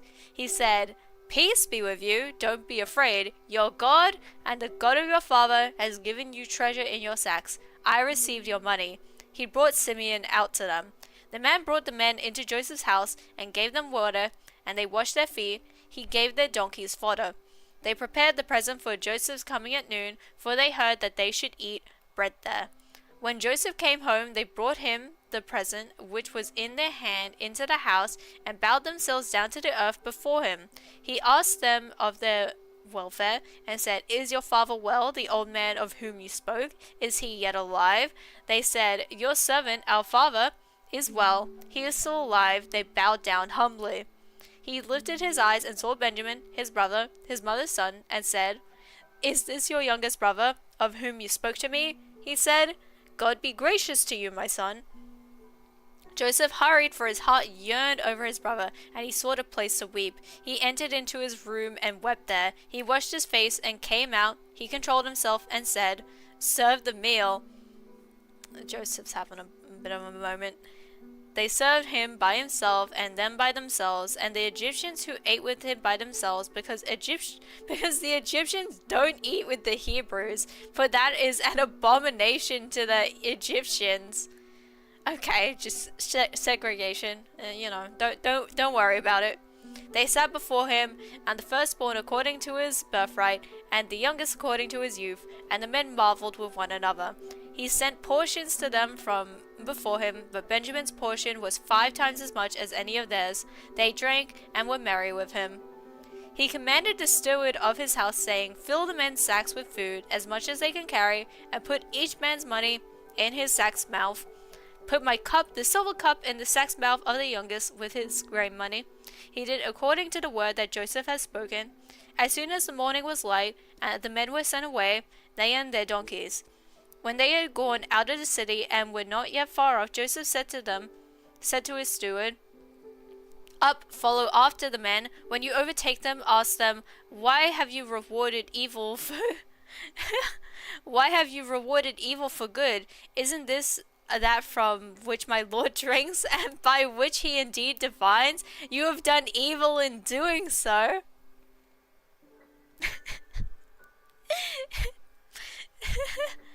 He overtook them, and he spoke these words to them. They said to him, "Why does my Lord speak such words as these? Far be it from your servants that they should do such a thing. Behold, the money which we found in our sacks' mouths we brought out to you out of land of Canaan. How then should we steal silver or gold out of your Lord's house?" with whomever of your servants it is found, let him die, and we also will be my lord's slaves. He said, now also let it be according to your words. He with whom it is found will be my slave, and you will be blameless. Then they hurried, and each man took his sack down to the ground, and each man opened his sack. He searched, beginning with the oldest and ending at the youngest. The cup was found in Benjamin's sack. Then they tore their clothes, and each man loaded his donkey and returned to the city. Judah and his brothers came to Joseph's house, and he was still there. They fell to the ground before him. Joseph said to them, what deed is this that you have done? Don't you know that such a man as I can indeed do divination? Joseph is such a scammer. Judah said, what will we tell my lord? What will we speak? Now will we clear ourselves? God has found out that the iniquity of your servants. Behold, we are my lord's slaves, both we and he also, in whose hand the cup is found. He said, far be it from me that I should do so. The man in whose hand the cup is found, he will be my slave. But as for you, go up in peace to your father. When Judah came near to him and said, O my lord, please let your servant speak a word in my lord's ears, and don't let your anger burn against your servant, for you are even as Pharaoh. My lord asked his servants, saying, have you a father or a brother? We said to my lord, we have a father, an old man, and a child of his old age, a little one, and his brother is dead, and he alone is left of my mother, and his father loves him. You said to your servants, bring him down to me, that I may set my eyes on him. We said to my lord, the boy can't leave his father, for if he should leave his father would die. You said to your servants, unless your youngest brother comes down with you, you will see my face no more. When we came up to your servant, my father, we told him the words of my lord. Our father said, go again and buy us a little food. He said, we can't go down. If our youngest brother is with us, then we will go down, for we may not see the man's face unless our youngest brother is with us. Your servant, my father, said to us, you know that my wife bore me 2 sons. One went out from me, and I said, surely he is torn in pieces, and I haven't seen him since. I'm skittering for eBay, and $14 USD shipping on a $15 USD order. Average Australian shipping, to be honest. But yeah, shipping can be really fucked up sometimes, huh?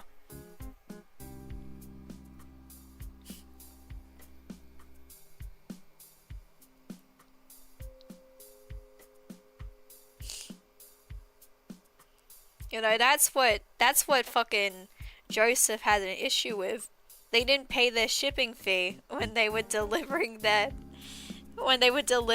youngest brother back and forth.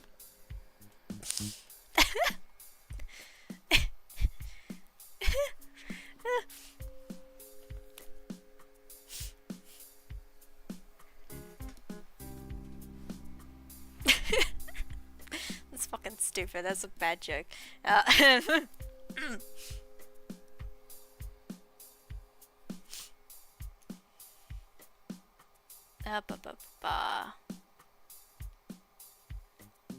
they're just recapping shit. I should be able to get fucking CD George cases without spending $30. You should be able to. No, your jokes.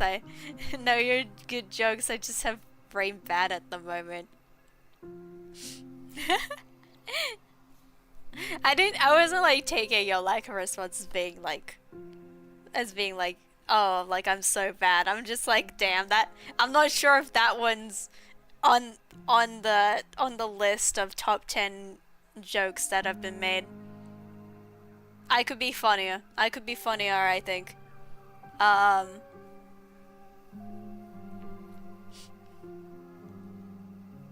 They also do they just do a lot of repeating things, a lot of repetition, a lot of recapping what has already been said. They do not need to write this all. But yeah, what? Where were we? Yeah, they said, we can't go down if our youngest is first. Your servant, my father said to us, you know that my wife bore me 2 sons. One went out from me, and I said, surely he is torn in pieces, and I haven't seen him since. If you take this one also from me, and harm happens to him, you will bring down my gray hairs with sorrow to Sheol. Now therefore, when I come to your servant my father, and the boy is not with us, since his life is bound up in the boy's life, it will happen when he sees that the boy is no more, that he will die. Your servants will bring down the gray hairs of your servant, our father, with sorrow to Sheol. For your servant became collateral for the boy to my father, saying, if I don't bring him to you, then I will bear the blame to my father forever. Now therefore, please let your servant stay instead of the boy, my lord's slave, and let the boy go up with his brothers. For how will I go up to my father if the boy isn't with me, lest I see the evil that will come on my father?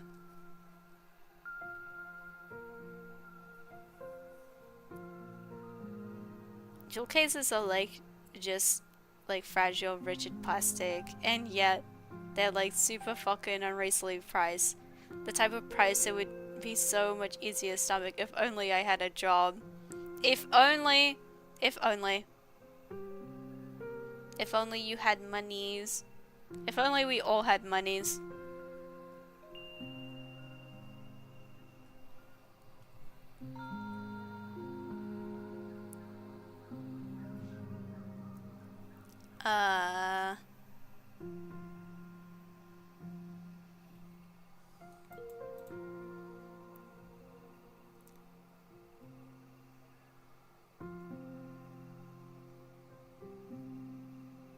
Also, I didn't realize that I had hit midnight already. I can keep going. I'm very invested in this story. I'm here for the fucking drama that's fucking happening right now. I'm intrigued.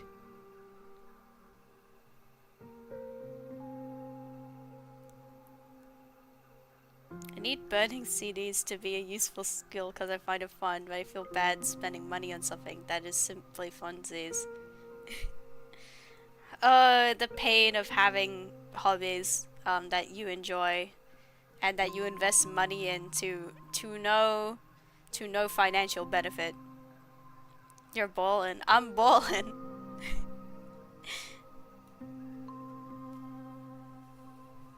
It's like when people stay up late on fanfiction. Yeah, exactly, but it's the Bible. I can't like put it down. I'm just like, I need to know what happens. What's Joseph gonna be fucking up to? What's Joseph doing? What's going on in that fucked up head of his? Then Joseph couldn't control himself before all those who stood before him, and he called out, cause everyone to go out from me. No one else stood with him while Joseph made himself known to his brothers. He wept aloud. The Egyptians heard, and the house of Pharaoh heard. Joseph said to his brothers, I am Joseph. Does my father still live? His brothers couldn't answer him, for they were terrified at his presence. Joseph said to his brothers, come near to me, please. They came near. He said, I am Joseph your brother, whom you sold into Egypt. Now don't be grieved, nor angry with yourselves that you sold me here, for God sent me before you to preserve life. For these 2 years the famine has been in the land, and there are yet 5 years in which there will be no plowing and no harvest. God sent me before you to preserve for you a remnant in the earth, and to save you alive by a great deliverance. So now it wasn't you who sent me here, but God, and he has made me a father to Pharaoh, a lord of all his house, and ruler over all the land of Egypt. Hurry and go up to my father and tell him, this is what your son Joseph says. God has made me lord of all Egypt. Come down to me, don't wait. You shall dwell in the land of Goshen, and you will be near to me, you, your children, your children's children, your flocks, your herds, and all that you have. There I will provide for you, for there are yet 5 years of famine, lest you come to poverty, you and your household and all that you have. Behold, your eyes see, and the eyes of my brother Benjamin, that it is my mouth that speaks to you. You shall tell my father of all my glory in Egypt, and of all that you have seen. You shall hurry and bring my father down here. He fell on his brother Benjamin's neck and wept, and Benjamin wept on his neck. He kissed all his brothers and wept on them. After that his brothers talked with him. The report of it was heard in Pharaoh's house, saying, Joseph's brothers have come. It pleased Pharaoh well and his servants. Pharaoh said to Joseph, Tell your brothers, do this. Load your animals and go, travel to the land of Canaan. Take your father and your households and come to me, and I will give you the good of the land of Egypt, and you will eat the fat of the land. Now you are commanded to do this. Take wagons out of the land of Egypt for your little ones and for your wives, and bring your father, and for your wives, and bring your father, and come. Also, don't concern yourselves about your belongings, for the good of all the land of Egypt is yours. The sons of Israel did so. Joseph gave them wagons according to the commandment of the Pharaoh, and gave them provision for the way. He gave each one of them changes of clothing, but to Benjamin he gave 300 pieces of silver and 5 changes of clothing. He sent the following to his father: 10 donkeys loaded with the good things of Egypt, and 10 female donkeys loaded with grain and bread and provision for his father by the way. So he sent his brothers away, and they departed. He said to them, See that you don't quarrel on the way. They went up out of Egypt and came into the land of Canaan to Jacob their father. They told him, saying, Joseph is still alive, and he is ruler over all the land of Egypt. His heart fainted, for he didn't believe them. They told him all the words of Joseph, which he had said to them. When he saw the wagons which Joseph had sent to carry him, the spirit of Jacob their father revived. Israel said, It is enough. Joseph my son is still alive. I will go and see him before I die. Israel traveled with all that he had, and came to Beersheba, and offered sacrifices to the God of his father Isaac. God spoke to Israel in the visions of the night and said, Jacob, Jacob. He said, Here I am. Why did I say it like that? Here I am, buddy. Woo! Hey, Jacob. He said, I am God, the God of your father. Don't be afraid to go down into Egypt, for there I will make of you a great nation. I will go down with you into Egypt. I will also surely bring you up again. Joseph's hand will close your eyes. Jacob rose up from Beersheba, however you pronounce it. I'm bad at pronouncing things. And the sons of Israel carried Jacob, their father, their little ones, and their wives in the wagons which Pharaoh had sent to carry him. They took their livestock and their goods which they had gotten in the land of Canaan, and came into Egypt. Jacob and all his offspring with him, his sons, and his sons' sons with him, his daughters, and his sons' daughters, and he brought all his offspring with him into Egypt. These are the names of the children of Israel who came into Egypt, Jacob and his sons: Reuben, Jacob's firstborn, the sons of Reuben, Hanok, Palu, Hezron, and Carmi, the sons of Simeon, Jamil, Jamin, Ohad, Jakid, Zorah, and Shaul, the son of a Canaanite woman, the sons of Levi, Gershon, Kohath, and Merari, the sons of Judah, Onan, Shelah, Perez, and Zerah. But Er and Onan died in the land of Canaan. The sons of Perez were Hezron and Hamul. The sons of Issachar, Tola, Pova,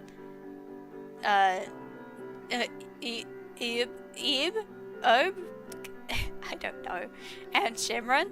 The sons of Zebulun, Zered, Elon, and Jaleel. These are the sons of Leah, whom she bore to Jacob in Paddan Aram with his daughter Dinah. All the souls of his sons and his daughters were 33. The sons of Gad, Ziphion, Hagi, Shuni, Esben, Eri, Erodi, and Areli. The sons of Asher, Imnah, Ishva, Ishvi, Beriah and Sarah their sister, the sons of Beriah, Heber, and Malkiel. I don't know. These are the sons of Zilpah, whom Laban gave to Leah his daughter, and these she bore to Jacob, even 16 souls. The sons of Rachel, Jacob's wife, Joseph and Benjamin. To Joseph in the land of Egypt were born Manasseh and Ephraim, whom Asenath, the daughter of Potiphar, priest of On, bore to him. The sons of Benjamin, Bela, Beher, Ashbel, Gira, Naaman, Ehe, Rosh, Muppim, Hubim, and Ard. These are the sons of Rachel, who were born to Jacob. All the souls were 14. The son of Dan, Hashim. The sons of Naphtali, Jeziel, Juni, Jezer, and Shillem. These are the sons of Bilhah, whom Laban gave to Rachel his daughter, and these she bore to Jacob. All the souls were 7. All the souls who came with Jacob into Egypt, who were his direct offspring, in addition to Jacob's sons' wives, all the souls were 66. The sons of Joseph, who were born to him in Egypt, were 2 souls. All the souls of the house of Jacob, who came into Egypt, were 70. Jacob sent Judah before him to Joseph, to show the way before him to Goshen, that they came into the land of Goshen. Joseph prepared his chariot and went up to meet Israel his father in Goshen. He presented himself to him and fell on his neck and wept on his neck a good while. Israel said to Joseph, "Now let me die, since I have seen your face, that you are still alive." Aww.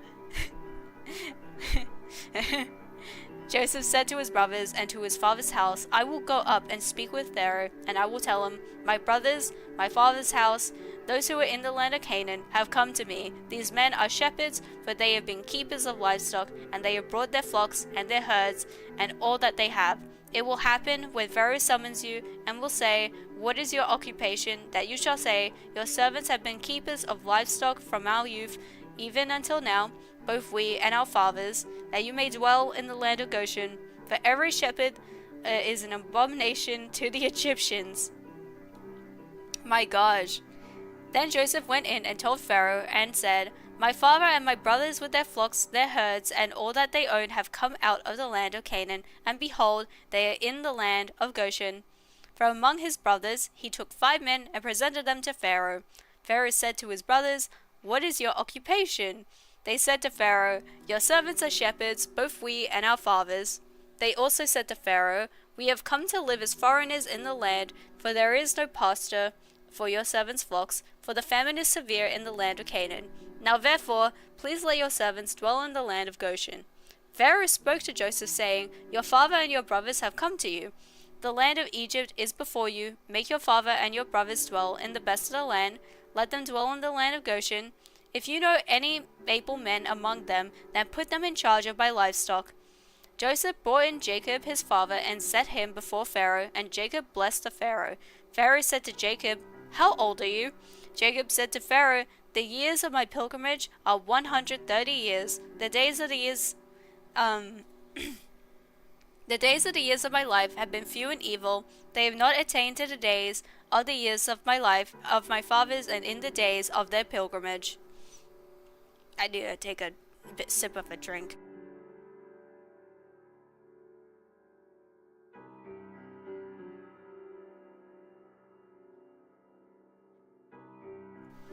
I am like silent like most of the time when I'm just by myself, and then I hop on stream and then I read like a bunch, so my throat is gets a bit fucked up sometimes. Ba.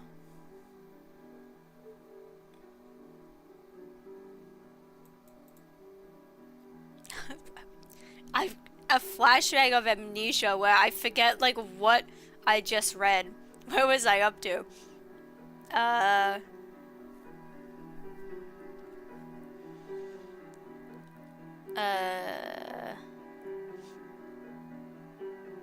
old are you? The years of my pilgrim, 130 years. They have attained. Jacob blessed Pharaoh. and went out from the presence of Pharaoh. Joseph placed his father and his brothers and gave them a possession in the land of Egypt, in the best of the land, in the land of Ramesses, as Pharaoh had commanded. Joseph provided his father, his brothers, and all of his father's household with bread according to the sizes of their families. There was no bread in all the land, for the famine was very severe, so that the land of Egypt and the land of Canaan fainted by reason of the famine. Joseph gathered up all the money that was found in the land of Egypt and in the land of Canaan for the grain which they had bought, and Joseph brought the money into Pharaoh's house. When the money was all spent in the land of Egypt and in the land of Canaan, all the Egyptians came to Joseph and said, "Give us bread, for why should we die in your presence? For our money fails." Joseph said, "Give me your livestock, and I will give you food for your livestock if your money is gone." They brought their livestock to Joseph, and Joseph gave them bread in exchange for the horses, and for the flocks, and for the herds, and for the donkeys, and he fed them with bread in exchange for all their livestock for that year. When that year was ended, they came to him the second year, and said to him, "We will not hide from our lord how our money is all spent, and the herds of livestock are my lord's. There is nothing left in sight of my lord but our bodies and our lands. Why should we die before your eyes, both we and our land? Buy us and our land for bread, and we and our land will be servants to Pharaoh. Give us seed that we may live and not die, and that the land won't be desolate." So Joseph bought all the land of Egypt for Pharaoh, for every man of the Egyptians sold his field, because the famine was severe on them, and the land became Pharaoh's. As for the people, he moved them to the cities from one end of the border of Egypt even to the other end of it. Only he didn't buy the land of the priests, for the priests had a portion from Pharaoh and ate that portion which Pharaoh gave them. That is why they didn't sell their land. Then Joseph said to the people, "Behold, I have bought you and your land today for Pharaoh. Behold, here is seed for you, and you shall sow the land." Please let us live so that way we do not die. Please let us live. We're gonna fucking die. And that's how you get a bunch of slaves. Just let them starve.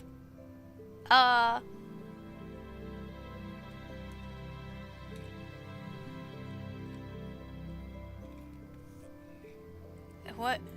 Oh my gosh, what?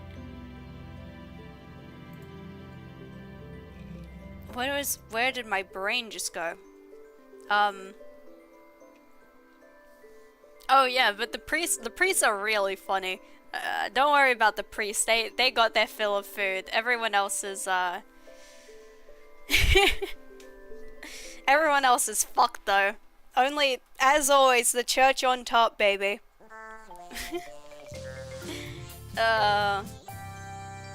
That is how America is for real though, when you think about it. That is... I mean, that's kind of how capitalism functions.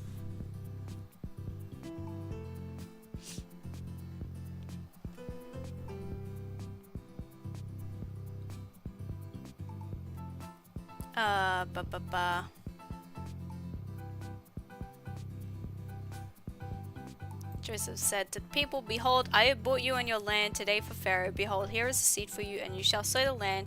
It will happen at the harvest that you shall give a fifth to Pharaoh, and 4 parts will be your own for seed of the field, for your food, for them of your households, and for food of your little ones." They said, "You have saved our lives. Let us find favor in the sight of my lord, and we will be at Pharaoh's servants."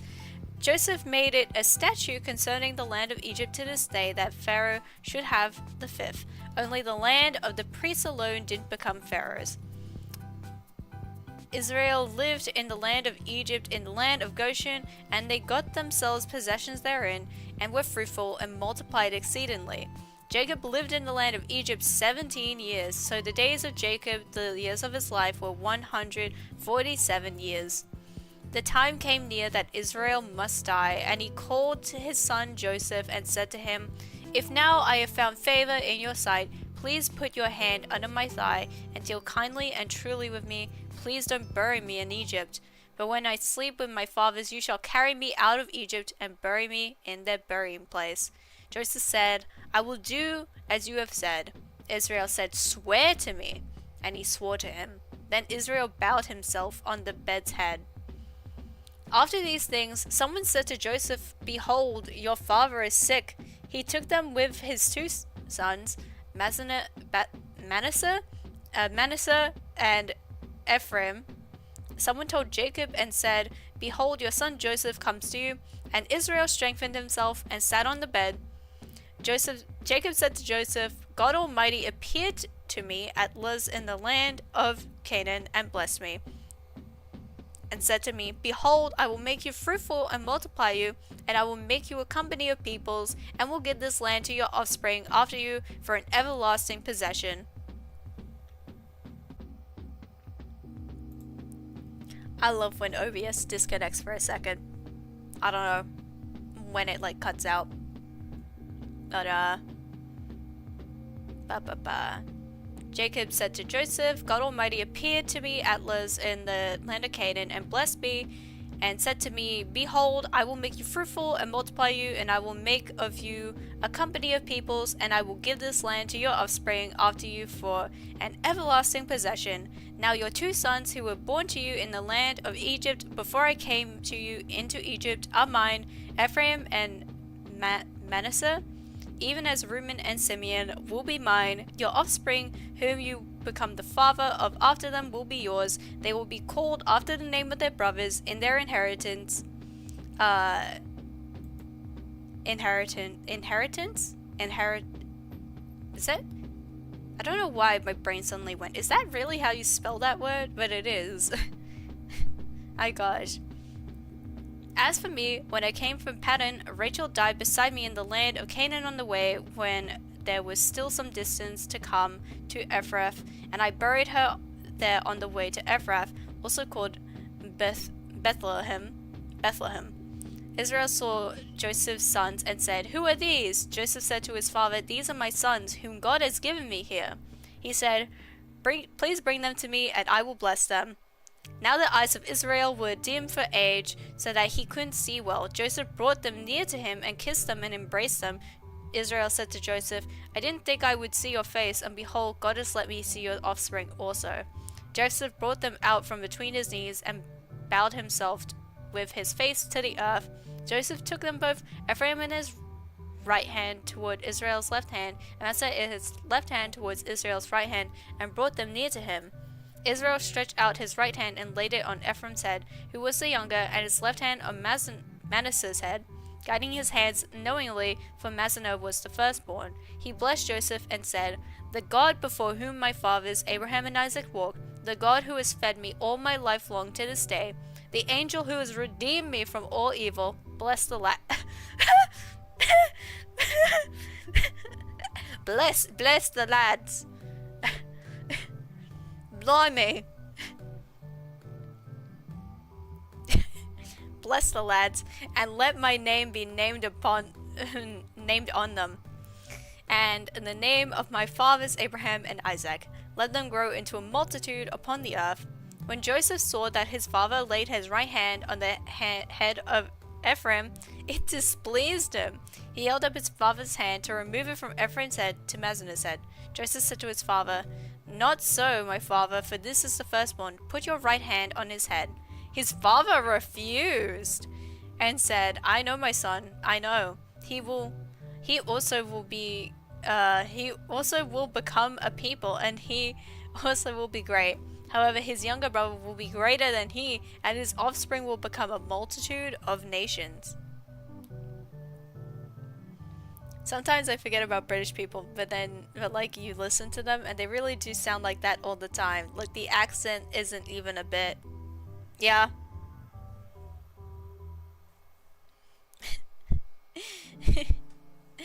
Some people just have accents. I mean, I have an accent, but it's definitely not like the most Aussie accent ever.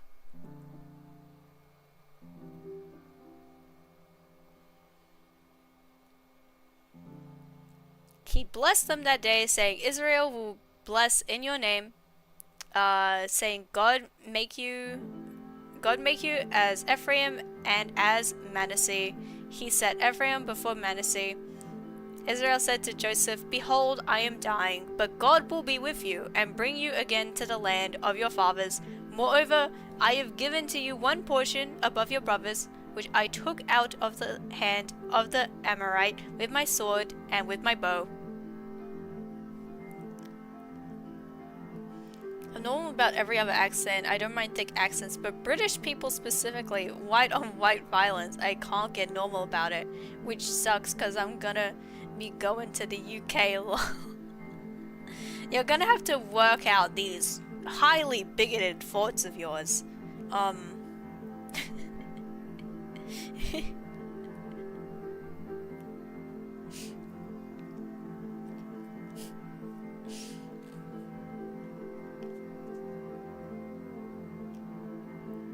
Papa.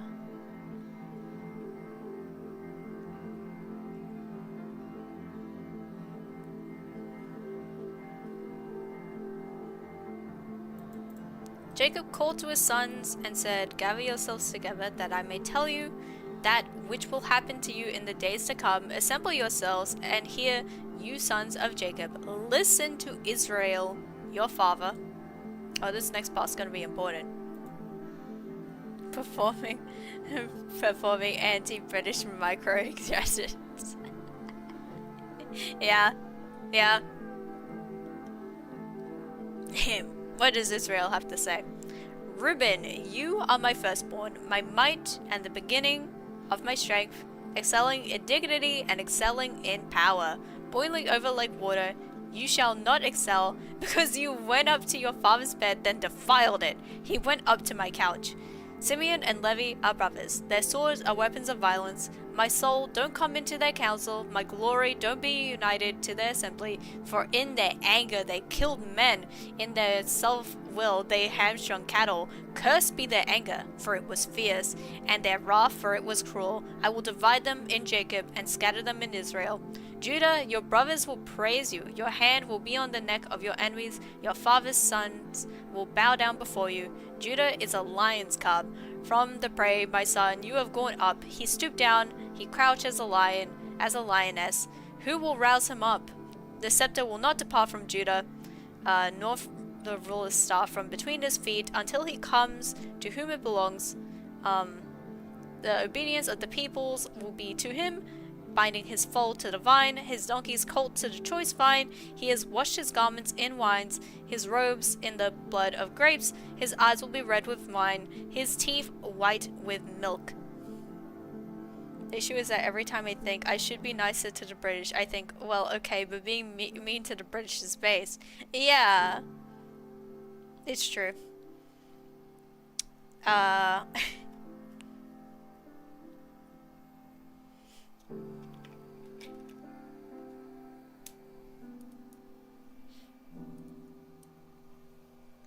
Oh my gosh. Oh, I had a sneeze and then it fucking left. Oh, that's fucked up. Zebulun will dwell at the haven of the ship. He will be for a haven of ships. His border will be on Sidon. Issachar is a strong donkey lying down between the saddlebags. He saw a resting place, that it was good, the land that it was pleasant. He bows his shoulder to the burden and becomes a servant doing forced labor. You can't even sneeze anymore because of woke. Because of woke. That's true. Issachar is a strong donkey, lying down with him. He becomes a servant doing forced labor. Dan will judge his people as one of the tribes of Israel. Dan will be a serpent on the trail, an adder in the path that bites the horse's heels so that his riders falls backward. I have waited for your salvation, Lord. A troop will press on Gad, but he will press on their heel. Asher's food will be rich. He will produce royal dainties. Naphtali is a doe set free, who bears beautiful fawns. Joseph is a fruitful vine by a spring. His branches run over the wall. The archers have severely grieved him, shot at him, and persecuted him. But his bow remained strong. The arms of his hands were made strong by the hands of the mighty one of Jacob. From there is a shepherd, the stone of Israel, even by the God of your father. who will help you, by the Almighty who will bless you with blessings from of heaven above, blessings of the deep that lies below, blessings of the breast and of the womb. The blessings of your father have prevailed above the blessings of my ancestors. Above the boundaries of the ancient hills, they will be on the head of Joseph, on the crown of the head of him who is separated from his brothers. Benjamin is a ravenous wolf. In the morning he will devour the prey. At evening he will divide the plunder. All these are the 12 tribes of Israel, and this is what their father spoke to them and blessed them. He blessed everyone according to his own blessing. He instructed them and said to them, I am to be gathered to my people. Bury me with my fathers in the cave that is in the field of Ephron the Hittite, in the cave that is in the field of Machpelah, which is before Mamre, in the land of Canaan, which Abraham bought with the field from Ephron the Hittite as a burial place. There they buried Abraham and Sarah his wife. There they buried Isaac and Rebekah his wife, and there I buried Leah. The field and the cave that is Pharan, which was purchased from the children of Heth. When Jacob finished charging his sons, he gathered up his feet into the bed, breathed his last breath, and was gathered to his people. Joseph fell on his father's face and wept on him and kissed him. Joseph commanded his servants, the physicians, to embalm his father, and the physicians embalmed Israel. 40 days were used for him, for that is how many days it takes to embalm. The Egyptians wept for Israel for 70 days.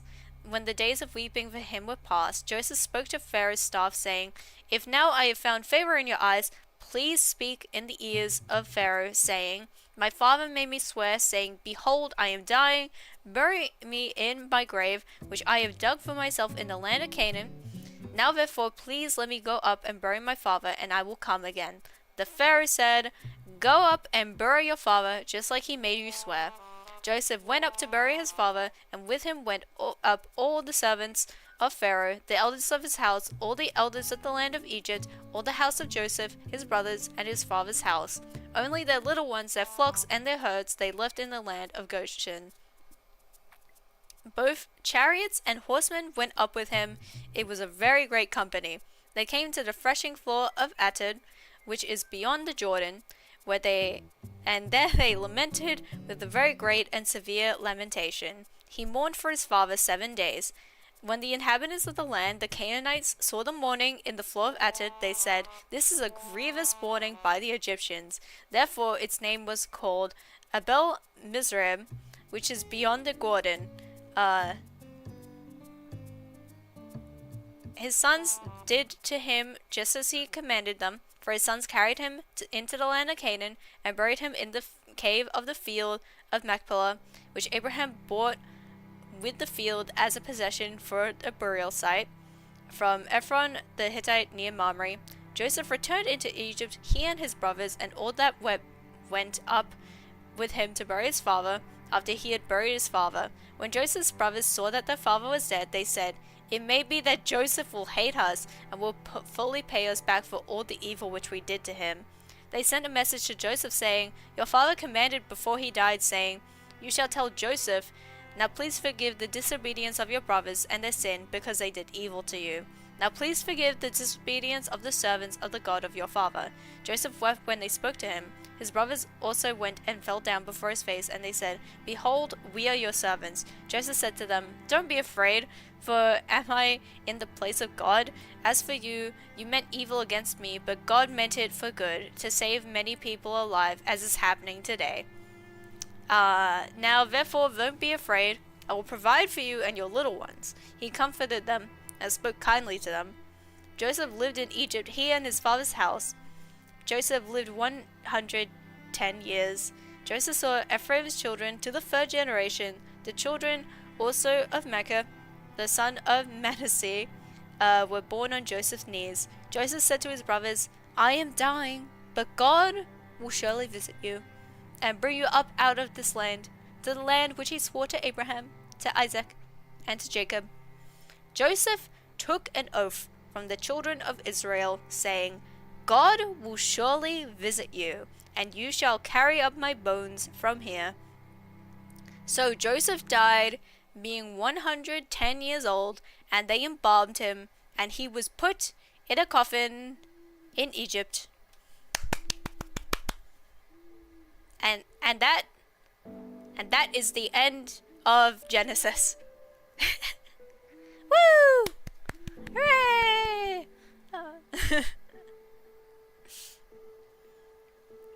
And the second book of Moses, commonly called Exodus. That is where we are up to, and that is where I think I am. My stomach is really fucking ouch. I think it's unhappy with me because put his pussy in a small fucking thing with small mummy miss. Yes. Yes.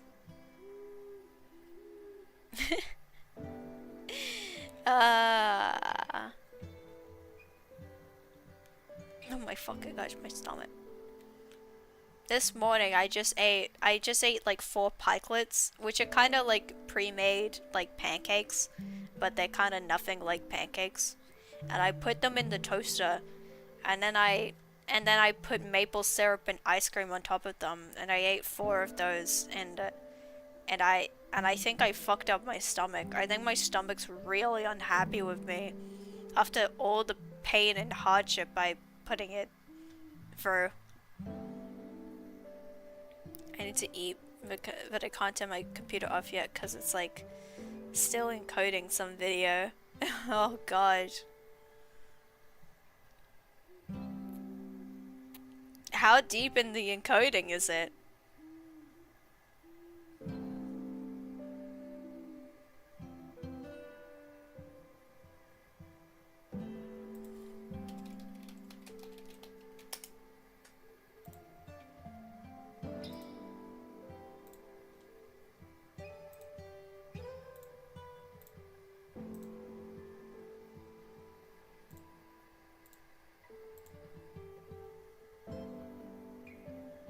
Body is holding a union strike. It fucking is.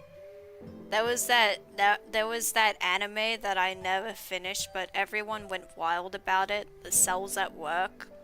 All the little anime like Gachinka fellas are having a strike inside me.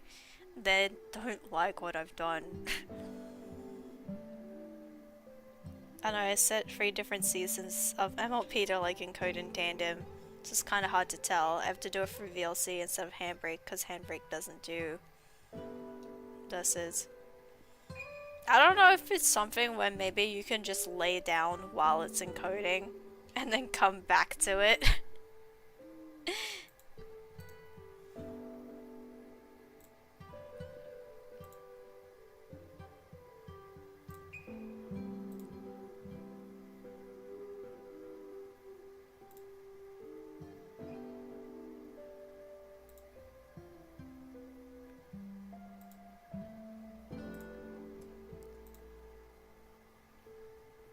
I mean, I can, but also the thing, my computer will overheat. Oh, I see, I see.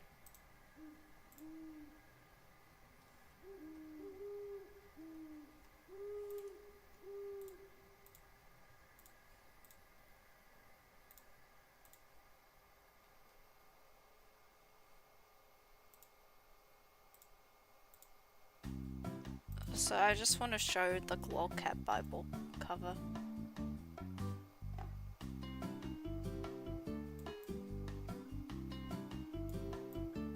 It's just here now. For everyone's pleasure. That was like ages ago in the stream, but it needs to be here. Twitter will hear if you leave it too long, but also I can't stop the encoding midway, so I kind of fuck myself there. Yeah, I guess just lessons for the future. You should do one stream where you just pick up where you left off, but it's the Lolcat Bible.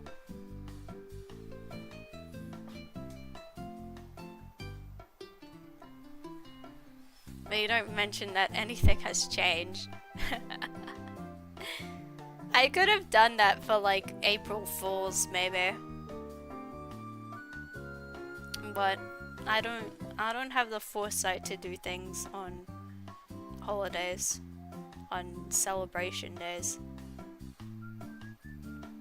What you get from me is what you get, and you get it when you get it.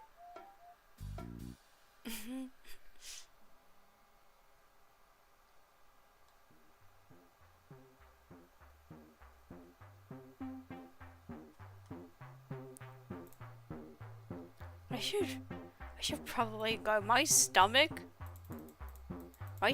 is so fucked. Like, it's really unhappy. I don't know how to put into words. It's not like the worst pain I've ever been in, but it is some amount of pain, and that's like not good.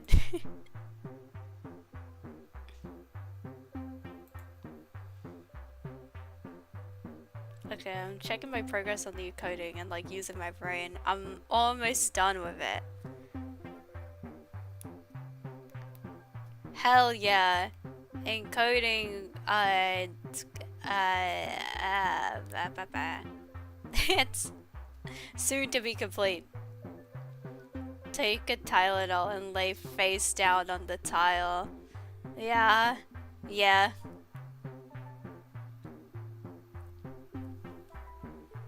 I will shift and then it will be like, oh, I feel fine now. But then you shift again and then it's like, oh, yeah, no.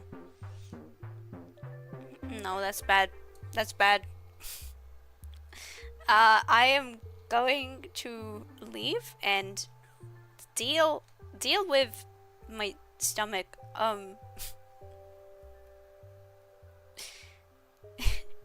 I should not consume as much sugar as I do. It's like fucks me up sometimes.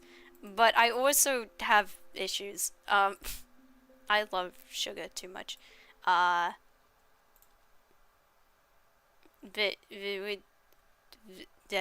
go skitter, go scamper.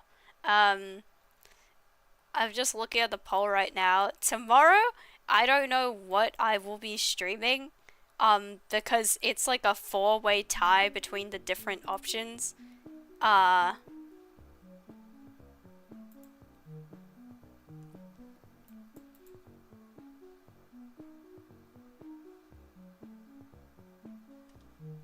I mean, I think I'll probably do, like, German tomorrow. I love yummy snacks and I hate my body, so I'll continue to be unhealthy. Exactly. Exactly. I do things at the hazard of my health, cause it's